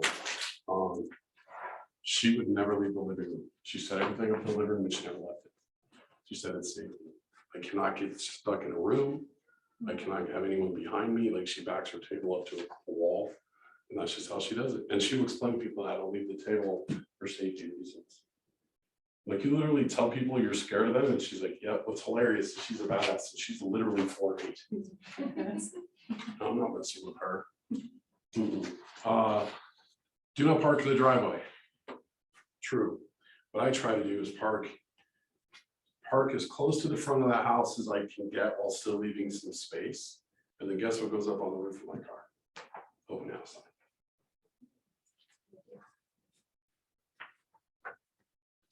All right, they call it success kit basket I was talking about earlier. Disinfecting wipes, toilet paper, paper towels, pens, air freshener can be a good one. Extra business cards. Bring a charger for your phone or your laptop. Trash bags, tissues. A tape measure is a great one. A tape measure is fantastic. People will literally walk in and they will say, my couch is 96 inches long and I need to know if it'll fit in the living room. I've had people buy a house pass on one house because their couch didn't fit. And I'm like, buying a different house was easier than getting a new damn couch. Are you kidding me? But they've done it. So a tape measure is a good one. Like I said, something to charge. I'm a believer of having some sort of music in the background, something very plain Jane, almost elevator music if you can get it. Maybe ask for a Wi-Fi password. You can ask for the Wi-Fi password. People used to give it out all the time. Now it's like full of teeth. Yeah, because I noticed that was like one thing. Luckily, there's the app on the phone for like, but people are like, hey, I'm like looking for this or that or whatever. Like, Yep. yeah, I got a couple things right here, and you just email it to them right away. Yep, absolutely. Right. Here, you know what? I tell you what I'll do for you. Here's the 3 closest open houses that are going on today. Just look them up in the MLS.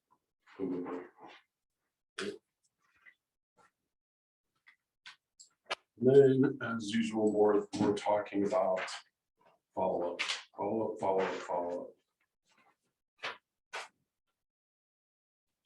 All right, so what's today? Tuesday? I'm challenging everybody, even those of you on Zoom, to schedule an open house. If you can still squeeze it in this weekend, but by next weekend, do an open house. Right? When it comes to lead generating and prospecting when you're a newer agent, I am a proponent of try all of them and then go back to the one that you love. So I tried a bunch. The one I loved when I started, I just loved open houses. I love talking to people. I love people walking in with their kids. Right? I love taking Thursdays off and doing the open house on Saturday or Sunday or Friday evening. Right? So give it a shot. I challenge all of you. Get with an agent here, go to the MLS. You can search for all active listings by market center. You can see every listing that our market center has live. Reach out to that agent. I give you 99% success rate. If you call that agent, if there's not already one scheduled, they'll let you do one. And even if there is one scheduled, ask if you can do it at a different time. Right? You want to do it Sunday 10 to 2, but that's already taken. Hey, can I do it Sunday 11 to 3? Something like that, or Saturday, whatever. Just get in and do it. So it built my business. I don't know how many transactions from people I met at open houses. Do you like that whole like paired idea with somebody?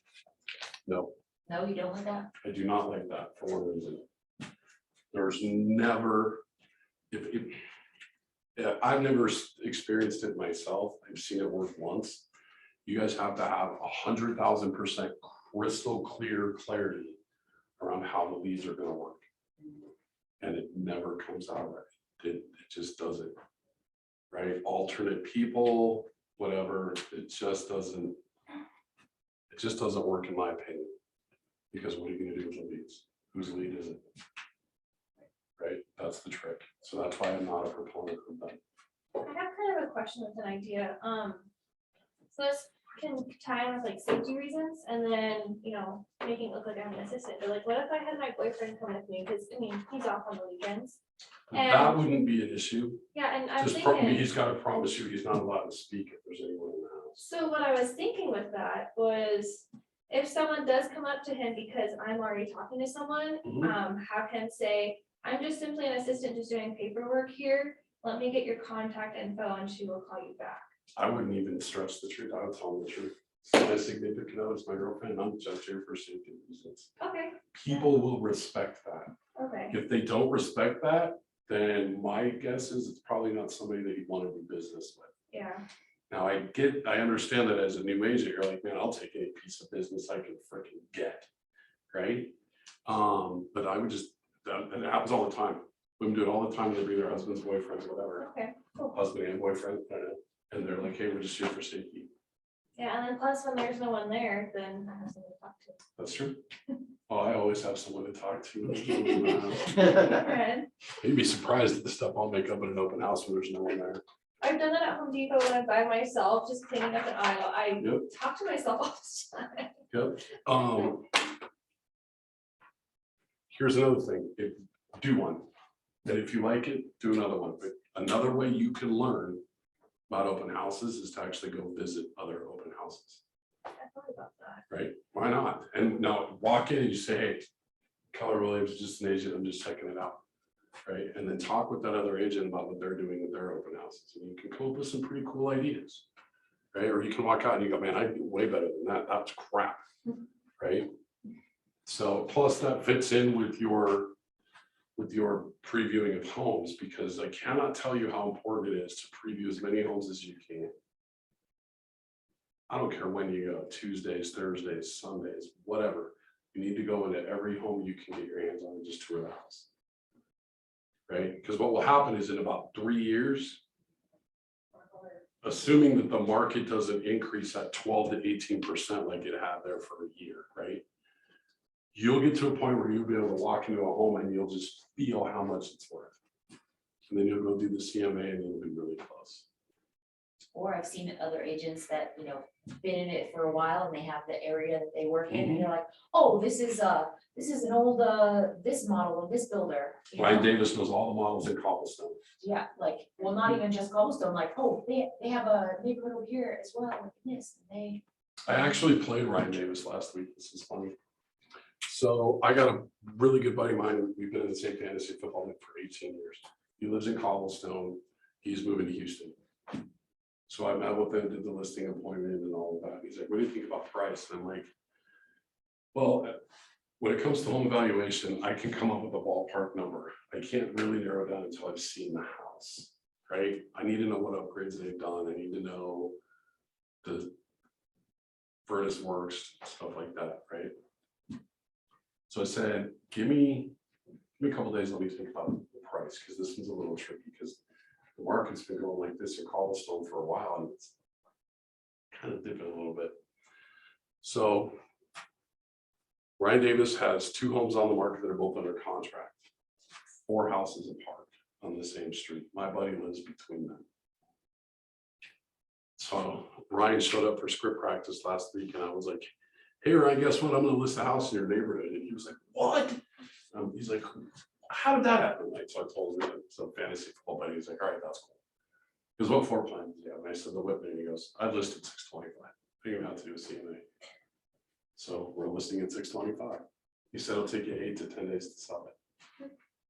So sometimes it's not about what you know, it's who you know. Actually, I think it's always about who you know. Yeah. Right. Make sure that when you're at the open house that you can talk about the house, what's new in it, right? Hey, you're gonna get asked this question, how old's the roof and how old's the furnace? Every person, I swear, in the history of real estate that's ever walked into an open house asks those 2 questions. What year was it built, right? So try to find that information out so you can answer it. Right? Those are the 2 basic ones. Right, a lot of the other basic ones are on the MLS sheet. Right? Bedrooms, bathrooms, square footage is a big one, right? You'll get this a lot as the basement finished. I don't know, maybe we can down there, let me know. Go check it out. So with luxury Spell that homes, for us. would you say it's good to know, like materials as far as like what the floor is made out of and like I would tell countertops? you in every home you need to know that, Okay, cool. right? So a general Absolutely, because you're, understanding yeah, of because you're gonna get this, is are these hardwood floors? And some of the laminates anymore are really close. Luckily I can tell. So here's the trick, if you're not sure, go over to the heat register that's in the floor of the kitchen floor. You can pull the heat register up and you can tell if it's laminate or hardwood flooring. Yeah, this is something I'm gonna do, but I also recommend everybody, go to Home Depot, just hang out in their showrooms for a little while and ask questions because you can actually learn quite a bit You about the learn a ton that differences. way, yep. Yeah, so I'm glad I Yep. worked there. So yeah, so they'll want to know, sometimes they'll ask about the water heater, sometimes they won't. Right, but it's the HVAC system and the roof. The roof cracks me up, right? The chances that you're gonna have to scratch an $18,000 check to replace your roof are pretty slim. Like unless you're the one that lit it on fire, and then even then the insurance is gonna cover it. So that question always cracks me up. And no matter how old the roof is, I've said this before, one guy actually got really mad at me. Weird. He says, how old's the roof? And I said, one hailstorm from needing replaced. And he did not like that answer. It must have been a D. He was definitely a high C. Oh, I see, yeah. So a high C behaves like a high D, they just hate people. Oh, okay. But yeah, the roof, the furnace, sometimes they'll ask about windows, they'll ask about HOA. I try to get, like I said, to ask me something that I don't know, like, and how old's the roof? Like, that's a little weak for me to say, I don't know, I'll find out, call you. Right, like that, I don't know, you should probably know how the roof is. Right, I guarantee you this, I can have all my marketing all over that house. And if you're doing the open house, they're gonna come in and ask you if you're the listing agent. And be like, do I look like that dude on the for sale sign? Like, did you really just ask me that? Right? That's late. They will, they will. What do you like? What do you hate? Right? I do want to definitely know what brings them in today. And I can't tell you the last time I met someone in open house and didn't say what brings you out today. I need to spend $500,000. God willing, they have a 5-year-old. Like, hey, wanna buy a house? Your mom and dad are gonna have to up your allowance. Right? Things like that. Talk to the kid first. We're on the same level, might as well. Right? Anything you can find out about that house. Right? Well, I love the backyard myself. Let me know what you think. Right? The kitchen's amazing. Right? Whatever you like about the house, let them know. They may ask how old's the carpet. Another one that cracks me up. Unless you've owned a home for a really long time or had a reason, you don't replace the carpet unless you're putting in a hardwood floor, you want a different color. How old that is irrelevant. If you want a different color, you're tearing it up anyway. If you want a hardwood floor in this living room, you're gonna tear it up anyway. They ask, right?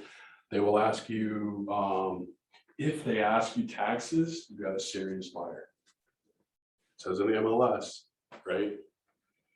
So they want to know what the taxes are, and What the HOA covers. they'll want to know what the HOA covers, which again, should be in the MLS sheet. It's supposed to be. Listing agents and listing agent assistants get really lazy. So that's, and then follow up, right? If you can, get open house signs up Thursday, Friday. This is open house, Saturday, 10 to 2 or 11 to 2. Right? Get them out as early as you can. Again, you're risking someone stealing them. It has to be in Zillow from a marketing perspective too. Got to get the Zillow people in there because, like I said, they don't have agents yet. That's right. $550,000. This seller's crazy. Make you, if I sell this for $550,000, you have to hire me to sell your house, right? I got nothing to lose. The last one I did on my listing was it's in Copperleaf, walking distance to Eagle Crest High School. And I did the open house. I did it from noon to 3 on a Saturday, and I had 64 people come through the house. We listed at 450, got 13 offers and sold it at 505.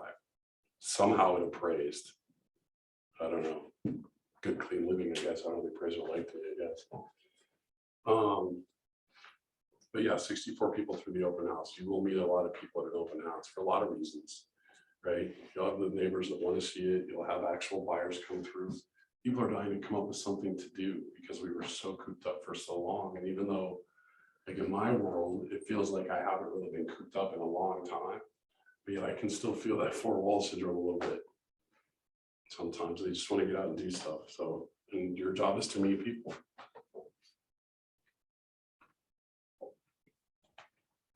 All right. Who's gonna do an open house by next week? Next weekend. I have no doubt she came. What was that? Did I run out of time? Like, what's going on? Script practice. Do script practice on how to meet people when they come in. It seems like it seems pretty basic, but do it a couple times with somebody, right? Richard Keller Williams, what brings out today? Saw the open house sign, just thought, does it look great? Are you looking to move into the neighborhood? Yes, whatever, and then how they answer those questions will just walk me down through which questions I need to ask and make sure they got the sign-in sheet and the feedback form.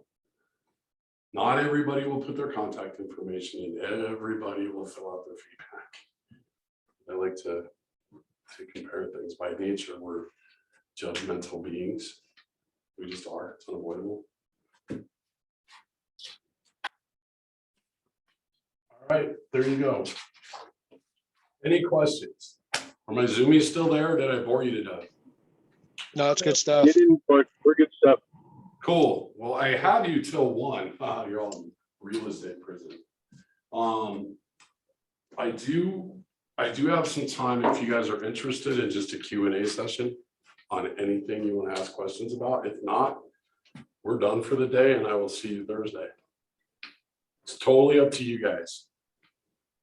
Trying to think of questions. Heard someone hang up. Yep. I don't know. That's usually. I am, so my office is the other hall, third door on the right. Right? And I can keep an eye on me. That's why she won't let me move. And 2 doors from Donna. If you guys ever have any questions, feel free to reach out. My job is to help everybody. When I was at Remax for 30 long days, I left because I didn't really know why I left at the time. I just knew it wasn't right. In retrospect, after I got to Keller, I realized what happened was I had a question on a contract, and I had an office here, and the guy right across the hall. We talked all the time. And I knocked on his door and I stuck my head in and I'm like, can you answer this question for me? And he goes, no, why would I do that? We're competitors. There's enough real estate business to go around. Right? See you later. And so I'm here to help. If you guys ever need anything, don't hesitate to reach out whatsoever. I know what I can do to keep your attention. Cookies. I'm going to use the white. Yes, cookies. Does it look So like Ricky, you know the cookies? Yeah. how do I reach out if I'm not physically in the office? My phone number is 303-210-5891.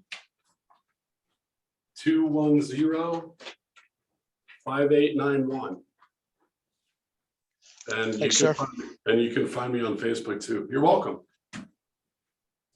Did you say 303-210-5819? 5891. 891. Dang, I was so close. All right. Here's your bonus lesson for the day. Write this down, it's gonna be important. How to write the right real estate schedule. Hi, Jake. Good morning. How are you? Good, how are you? Man, this feels good to teach again, man. It's been like 2 years. Is he doing a good job? That's the big question. Wow, Yeah. wow, thanks, Yeah. wow, thank you all. Great, now tomorrow my door's locked and my license is back at the state. It's nice having in person, dude. It's great. We had Zoomy people up there too. It's even It's like playing blackjack. I gotta watch the camera. better. They can't see you. Oh, wait. Are you guys still on Zoom? Is there one left? Yeah, I'm still here. Can you see the whiteboard? Just the number 1, that's as low as it goes. I just see the top of your head. That's kind of awkward. I recorded this whole time. They were screen sharing the whole time. They're like, they're just getting voices. Yeah, I know, because sometimes there's a screen share and then there's still like your little window at the top, but I have no idea how to do this. Zoom is so confusing. Yeah, I think you moved it. Keep going. How's that? You could probably set your screen back to the camera, then you can see where the camera's pointing. It's like you guys have no idea who you're talking to. Is it getting better or worse? Same. Well, that's not good. No, remember Yeah, when you click press that the down arrow at button. the bottom? The This arrow, one? Yeah. yeah. Yeah, there you go. Now can you see the whole whiteboard? Keep going. That must be as far as it goes.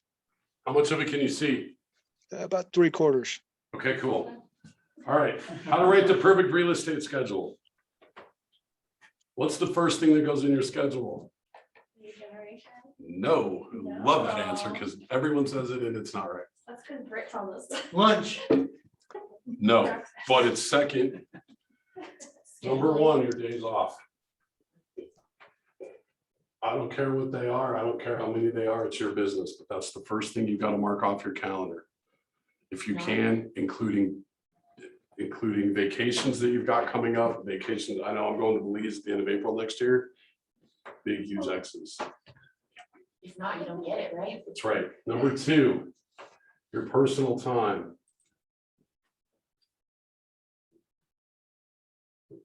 Lunch. When boyfriend's at work. Lunch with the boyfriend, dinner, whatever little league game, whatever you got to do for your kiddos, right? Goes in there. Number three, education. Not yet for you guys because you're still in Ignite and you guys are drinking from a fire hydrant, and I get it, right? But education, I try to take one class a week for two reasons. One, I like to learn and be learning based. You took my 6 personal perspectives class, right? Oh, I was gonna ask about that, like, Yep. what that's about. I'll get to it. But I try to take one class a week. Plus I have to have 12 CEs a year anyway, right? Which reminds me, I need to take the update from 7 months ago. Number 4. Lead gen. Whatever's left after you fill this out, that is your lead gen, your lead gen time. Lead gen / follow up.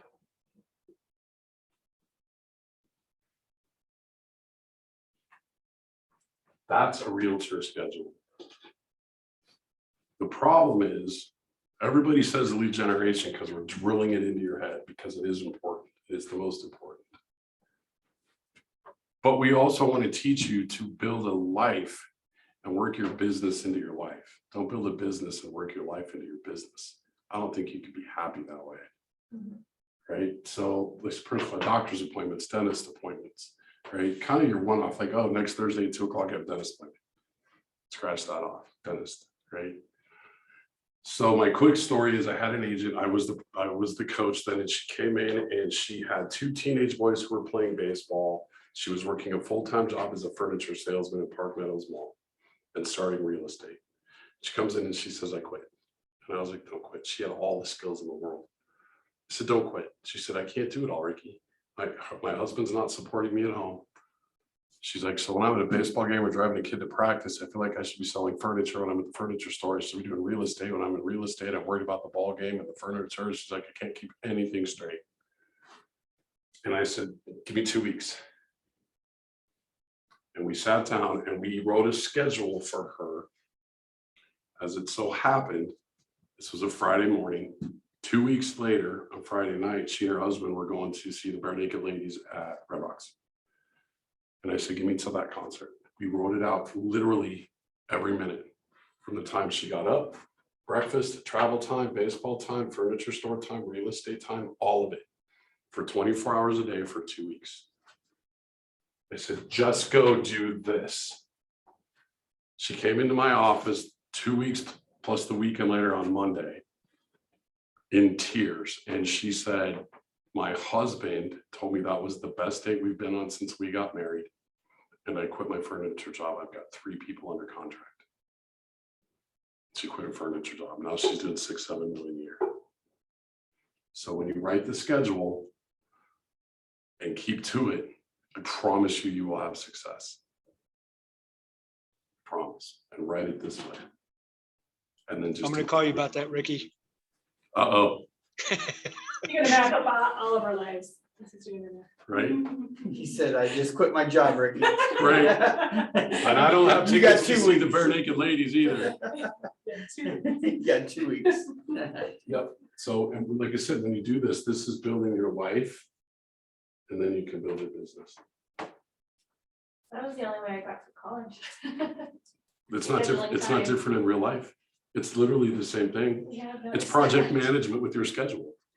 Right? And you get as fancy as you want, man. I see schedules.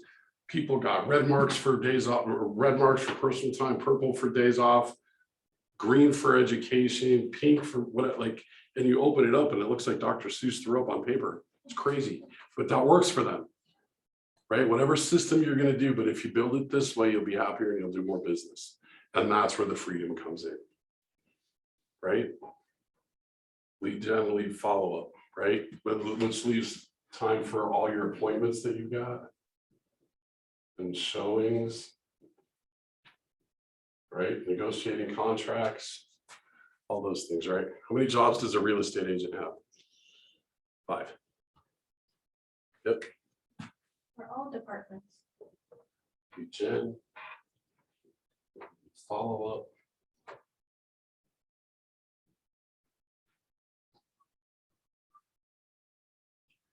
Negotiate contracts. Go to closings. Script practice.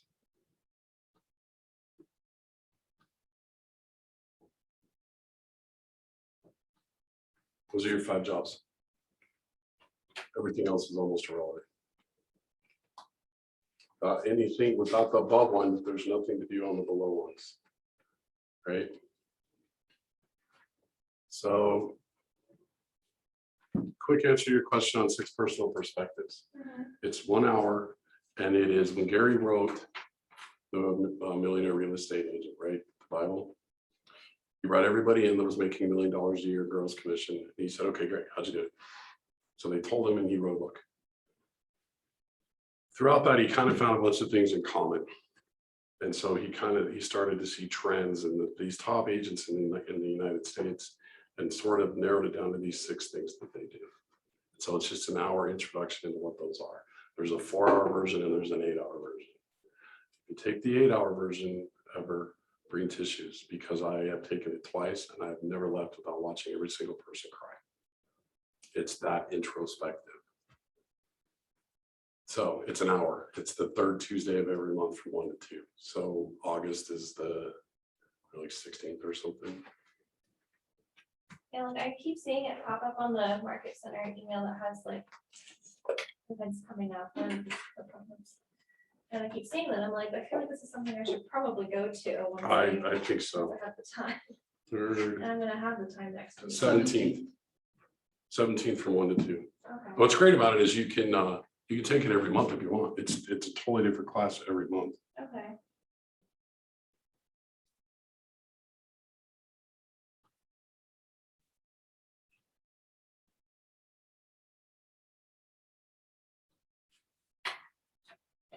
So what do you mean by like the 8-hour session? It's an 8-hour course on it. They go in depth into all 6 personal perspective.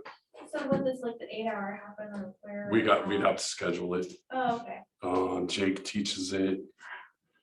Jake's business partner Roxy teaches it. Roxanne, she's fantastic when she teaches it. I sat there with her and 8 hours went by, honestly, for like 20 minutes. It was ridiculously awesome. All right, any other questions? Yeah, so is that 8-hour is like that scheduled as a one-on-one then, or I'm sorry, say that again? is the 8-hour scheduled as like a one-on-one, or is that something? No, it's a that's classroom for- Oh, setting. okay, so that just kind of comes up whenever Yep. it comes up. Yep. Okay. I can talk with Jake and see, now that we're doing 6 personal perspective once a month, maybe it would be a good idea to get him on the schedule to teach the long version. Or Roxanne is business partner to come do it. Oh, I know what else.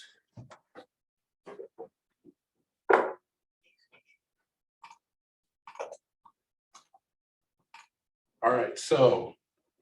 I'm gonna kill myself on these seats, they're 2 feet shorter than the other ones. All right, the next class on Thursday will be seller appointments and buyer consultations.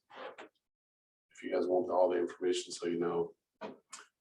And then on Friday, it's Gwen for make and receive offers. Tuesday next week is negotiate the deal and financial basics. And then Gwen again from contract to close. Financial basics, that's hilarious that I'm teaching that, that's funny. So at least now you guys know what classes are coming up, and if you guys want to go dig around and find the materials and so that you have them, that's great. If not, we'll print them out here. Cool? Cool. Like I said, if you guys ever have any questions on anything in real estate, don't hesitate to reach out. Said if you like me, text Britt. Didn't text Britt, sorry. So do you call for sale by owners? I do not. I've been debating if that's something I want to do or not. Do it. I say do it. I'm leaning more on the side of don't do it and check out other avenues, but. My guy closes on Friday, Oh, that's awesome. so. I told him I'd call him on Oh, Friday. that's that guy that you called in front of everybody? Mhm. Yeah, that's very interesting. Brett, are you still there? I am, yep. All right, cool. I'm gonna end the Zoom call, but apparently I need you to leave first. You Oh, okay. hang up, you hang up first. I will. Thanks, guys. All right. Well, you hang up first. I kind of liked the open house thing. That was Yeah. way less like intimidating. Like, people are coming there Yeah, and they're already like looking for some reason or another. Yeah. It's just to be nosy, but they're nosy for a reason. yeah, but they're still there. They're still there. Yeah, I'm thinking my Home Depot sales pitch might kind of like come in hand when I'm like trying to sell carpets, so they'll already have kind of an idea, you know, how to communicate to them. Yep. Never would have thought, but I would say that I'm glad that I worked at Home Depot in college. Everything in your life that you've done or not done has led you to be right here. Yeah. Take advantage of the opportunity, and Keller truly offers more than anyone else. Yeah, you know what's funny is this was actually the first, I accidentally fell into real estate because I was gonna be fine with, you know, working up to be a store manager at Home Depot, because I totally could with my degree quickly. But my boyfriend was like, okay, you can't just do Home Depot. And so he just randomly applied me on like Indeed for different jobs, and I guess Adrian Geyer had something on there for recruiting. Sure. And he applied me to it and she gave me a call, and I didn't look at any other brokerages. There you I go. was like, And I don't need to. Adrian's the best. She We still need to actually meet up, her and I. We've only talked a couple times on the phone. she doesn't live here. Oh, She okay. lives in Spokane.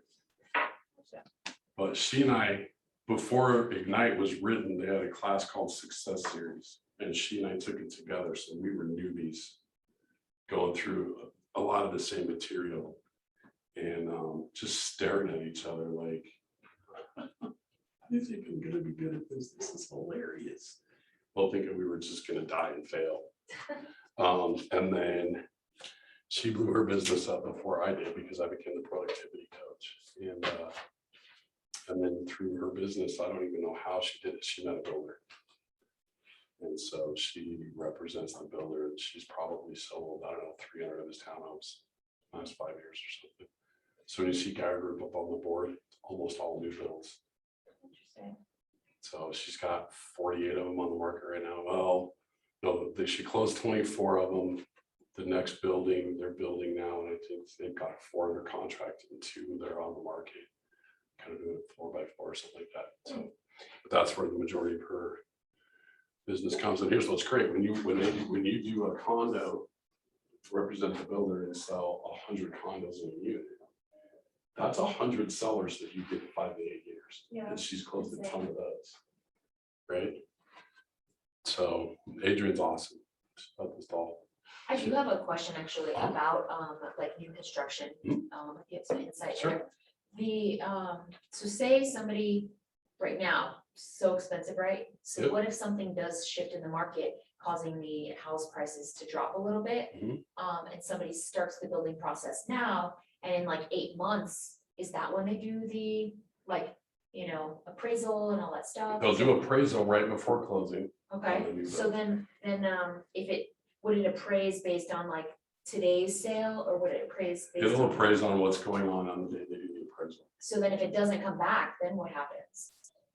In a builder situation, typically the buyer's responsible for the difference in cash.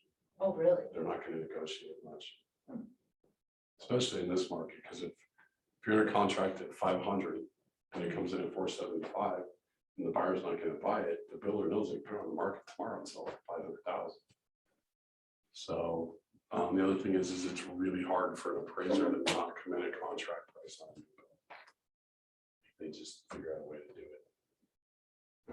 So basically, there's no issue there. Not really. I can't say that I've ever seen one. That would be an interesting question to put on the Facebook page though, and see if somebody like Michael Lee or Adrian has ever seen one. We did some, Adrian met another builder who's a semi-custom home builder, and he was building some homes down right across the street from the high school in Castle Rock. And he had 7 lots left. He hadn't sold it. The agent he had working for him had sold 1 in the previous 12 months. What was really crappy about it was that 12 months before, he had reached out to Adrian and they had a meeting, and she said, "Here's my marketing plan. Here's how I'll sell all this." He called her a week later and he said, "No, but I took a marketing plan to the other agent takes."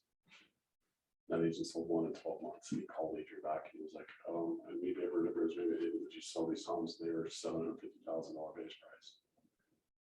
And she was like, yeah, with some stipulations, whatever they worked it out. She called me, and because of the way that those properties worked, we were required to have a real estate agent on the premises 4 hours every day. And at that point, Adrian's team was Adrian and Crystal. That was it. She's like, we can't commit to that every day. Do you want in? I was like, well, Adrian Garrett calls and asks. I'm on auto yes. So I did that, and we sold all 7 lots in 6 weeks. That's how good her marketing plan was on it. So she knows what she's doing. The other reason that, so I'm assuming when you signed with Keller Williams, did you put Adrian as your sponsor? Yeah. That's fantastic. So every time you do a transaction between 0 and cap number and the market center profits, Adrian gets money. Mhm. It comes out of the owner's pockets, right? That's the other benefit of visiting open houses. Visit an open house, if it's impressive, get their card, take the card to Anna and say, I met this agent on Saturday at an open house and he was fantastic. And then turn him over to Anna, her recruitment, when he comes in, he goes near downline. Okay. So that's the other benefit. The last productivity we coached that we had Angela, that's how Anna found her. She found her doing an open house. Brought her in to be a productivity coach. Yeah, I definitely plan on building my downline just Mhm. because, I mean, Yep. there's so many people my age who are like trying to figure out what they want to do. Yep. And I'm like, well, let me tell ya. So, yeah, that's definitely. a part And of my once you've business been plan. here 3 years and 1 day, you're fully vested. So anyone that's in your downline, you'll collect that money for the rest of your life, no matter what you do. As long as you've been here 3 years, That's awesome. no matter what. Now, do you can still change get that? industries. Like, what if they change brokerages though? And then, No, okay, that's what I thought. well, if they change to another Keller, a brokerage, they'll still stay in your downline. Okay. Yeah, I learned that I can recruit people even out of state because I'm from Oklahoma, so Yep. that's where most people I know from my age are from. Oklahoma's a hotspot for real estate too. Interesting. I would have never guessed that. Sticker shock when they come here. Ultra, Oh, yeah. the price of that, It's like double here. at It's least. insane. Yep. All right, if anyone has any questions, you know where I'm at, you know how to get a hold of me. If not, I will see you all on Thursday. You bet.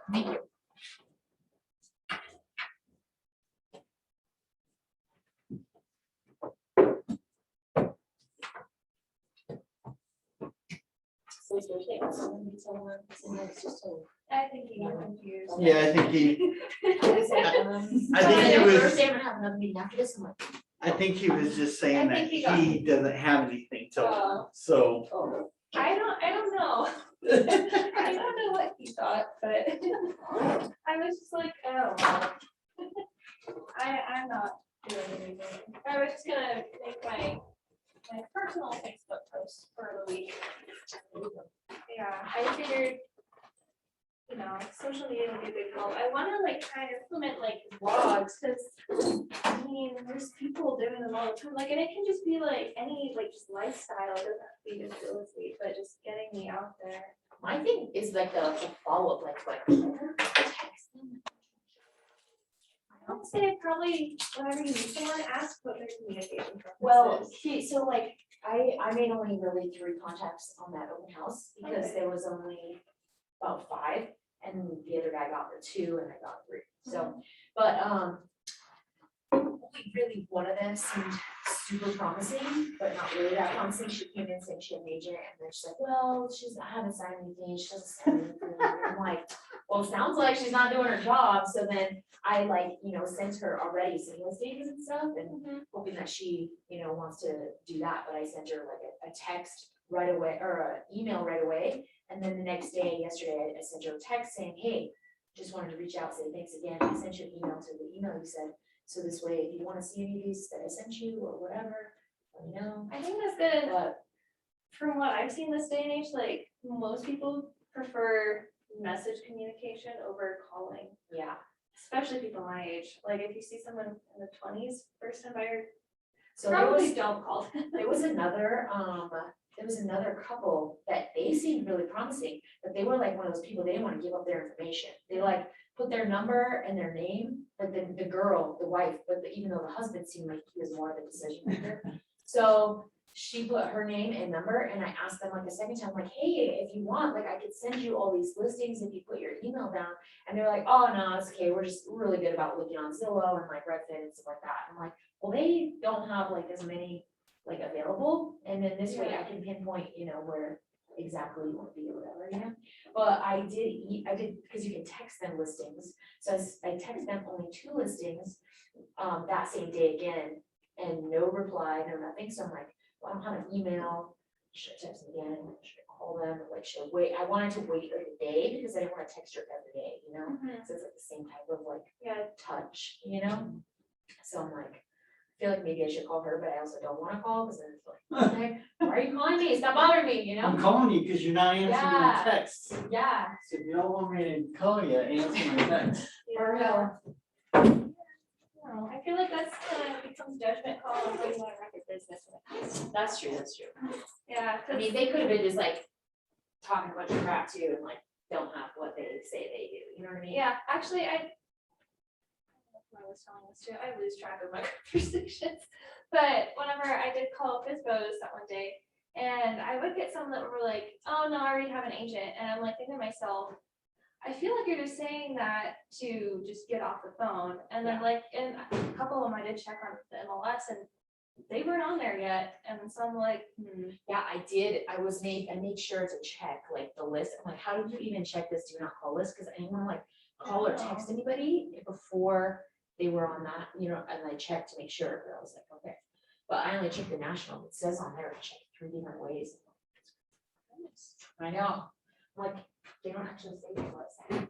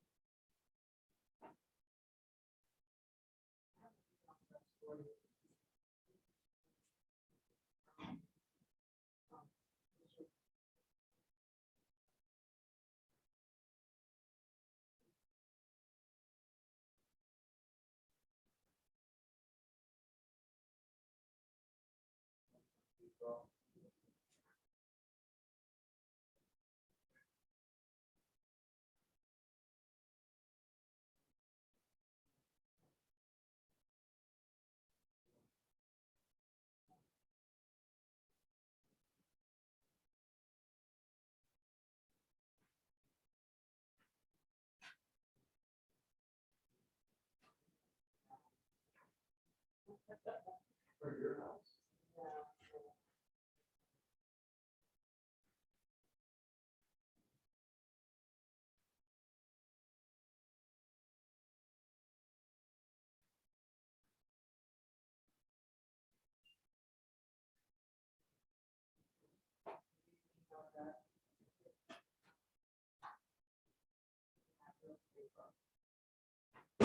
Yes.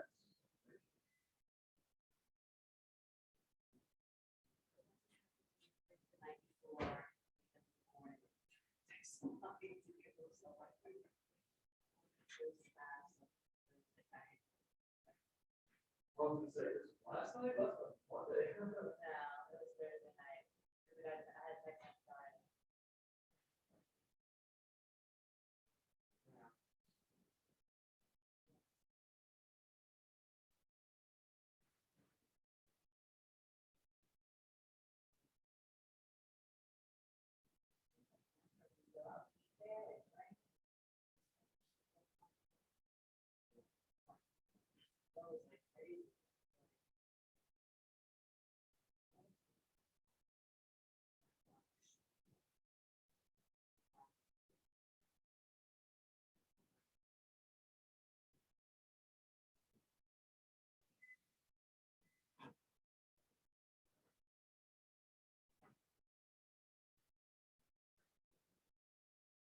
I remember the law, I was like, okay, counting myself at this moment. That's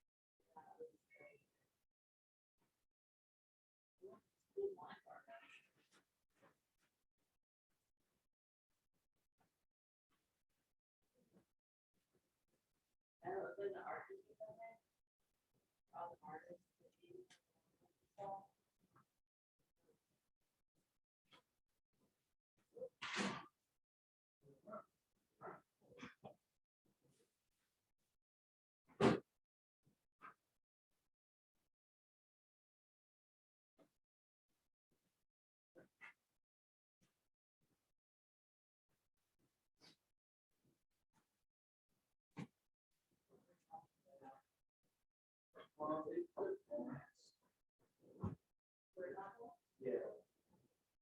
My eyes are really, really.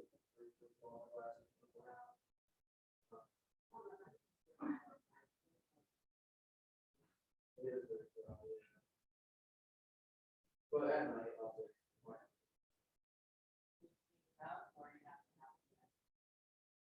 Well, I can't, I can see it that way, I can do whatever, really fast, but it's not.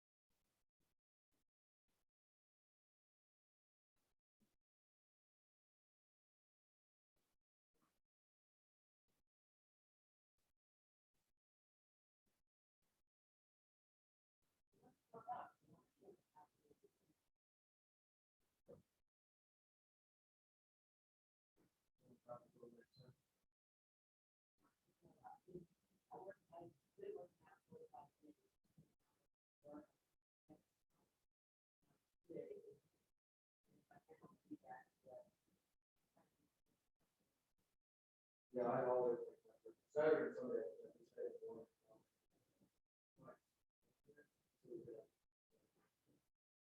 But during the week, overtime.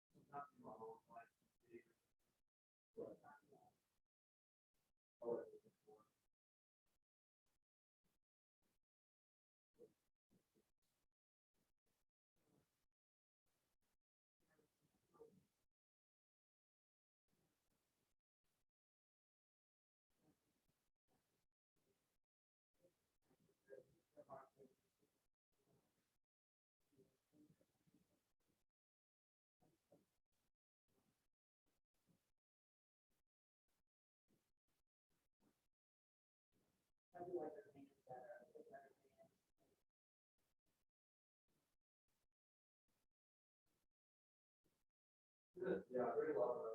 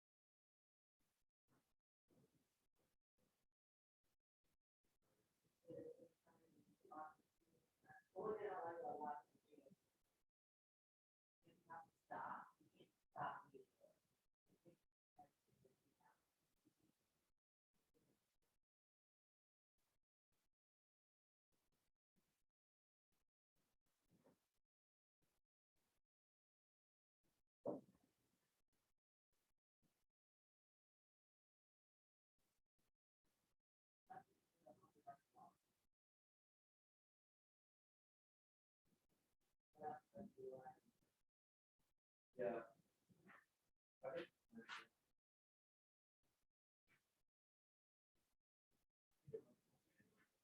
But that's so 50.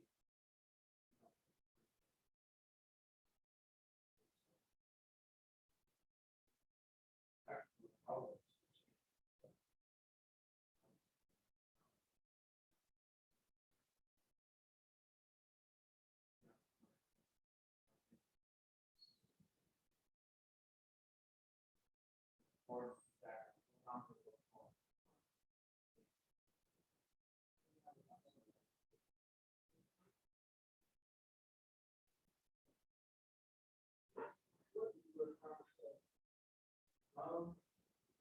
No, I replaced for.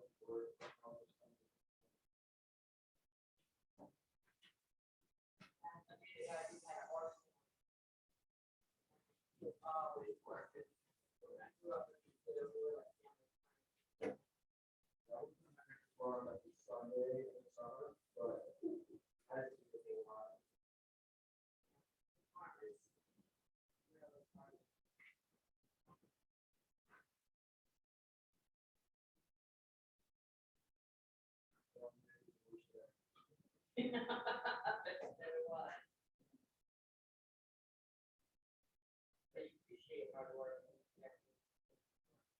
Oh, yeah. Oh, it's very important.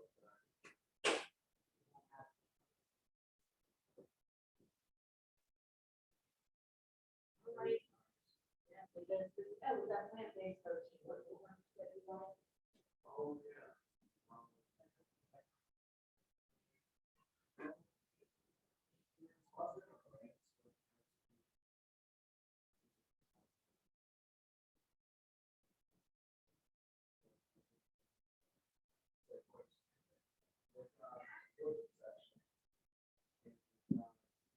Specific, it looks like what I would do.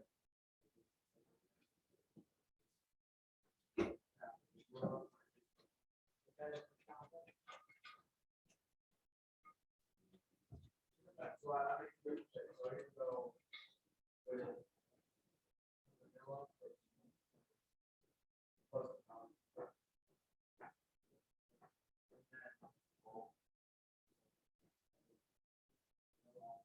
Words and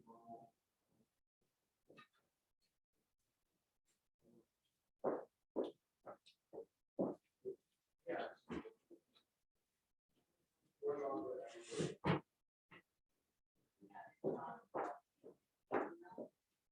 Yeah, well,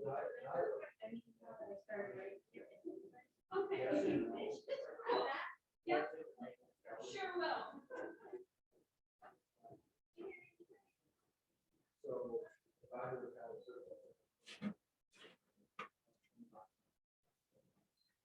Right now.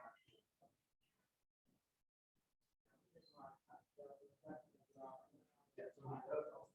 So.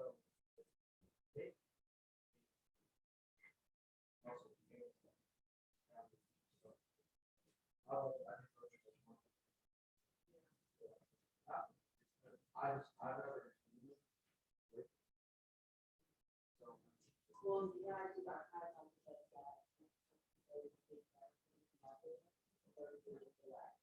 Yeah.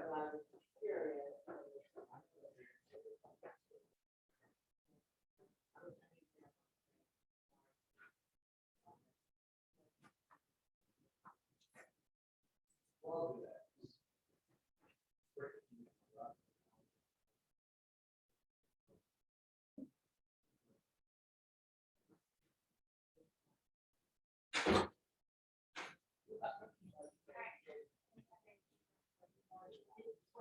Bailey?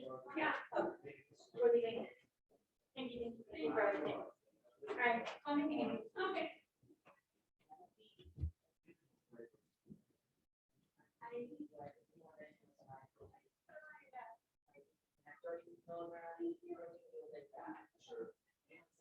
But I can't help you did that. See you later.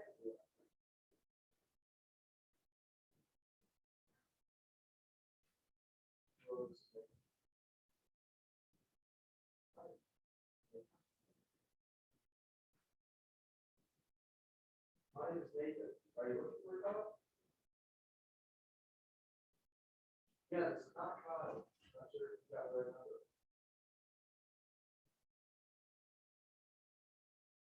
Okay, no problem.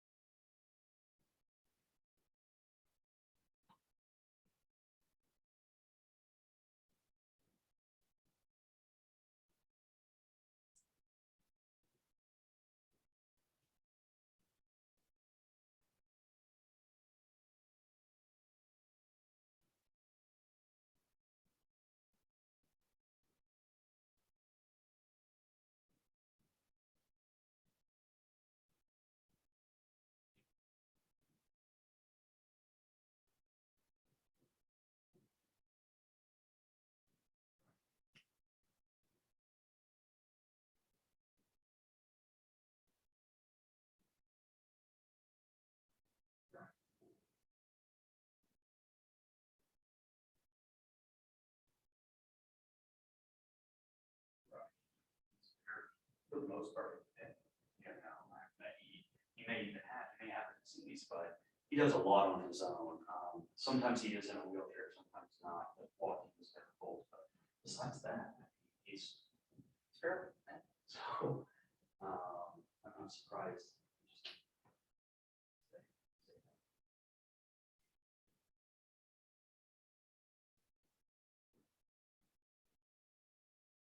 Well, that's it, the eventual side of that is, yes, we can list their house, but they need to find something first.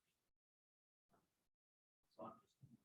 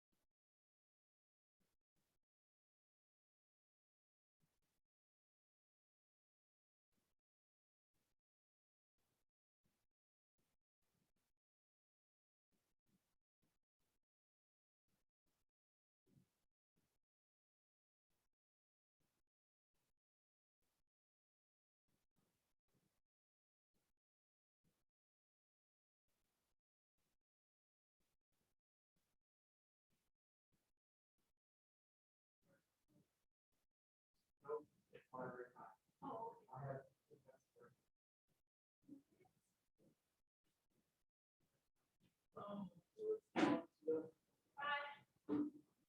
They say for five minutes.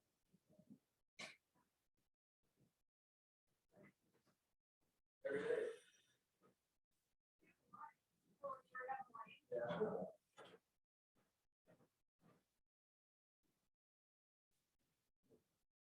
Actually, I like it.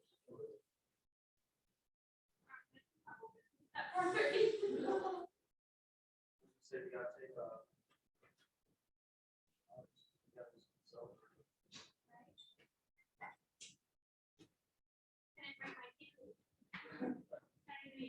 You go through roll-ups today? I know. They're all gone.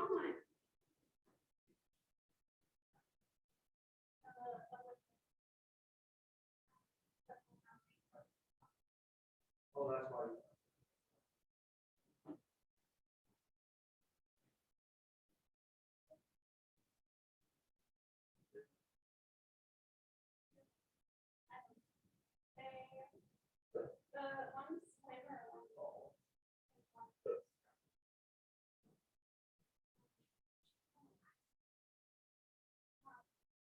Okay.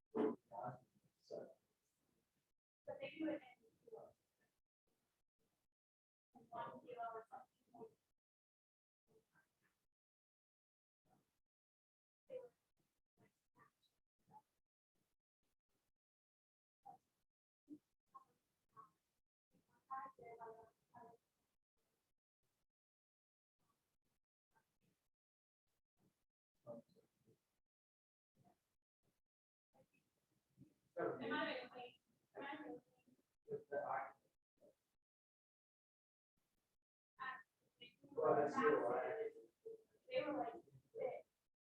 Oh, yeah. That's-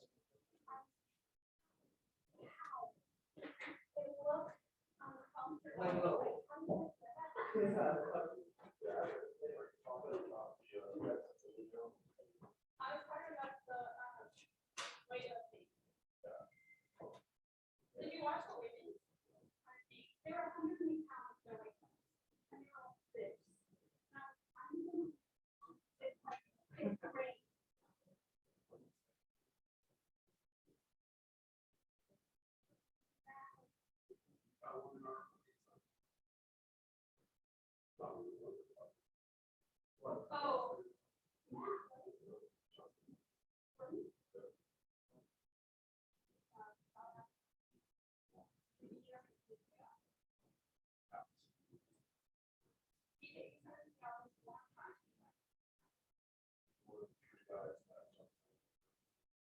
Oh, yeah.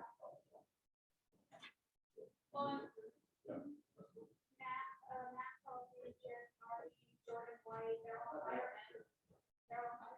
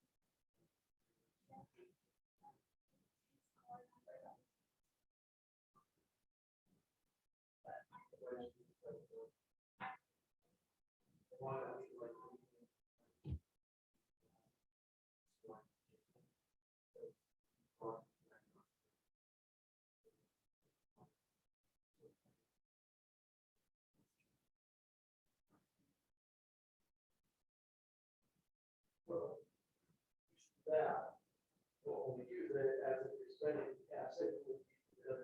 And normally I do, but we gotta cut my dogs.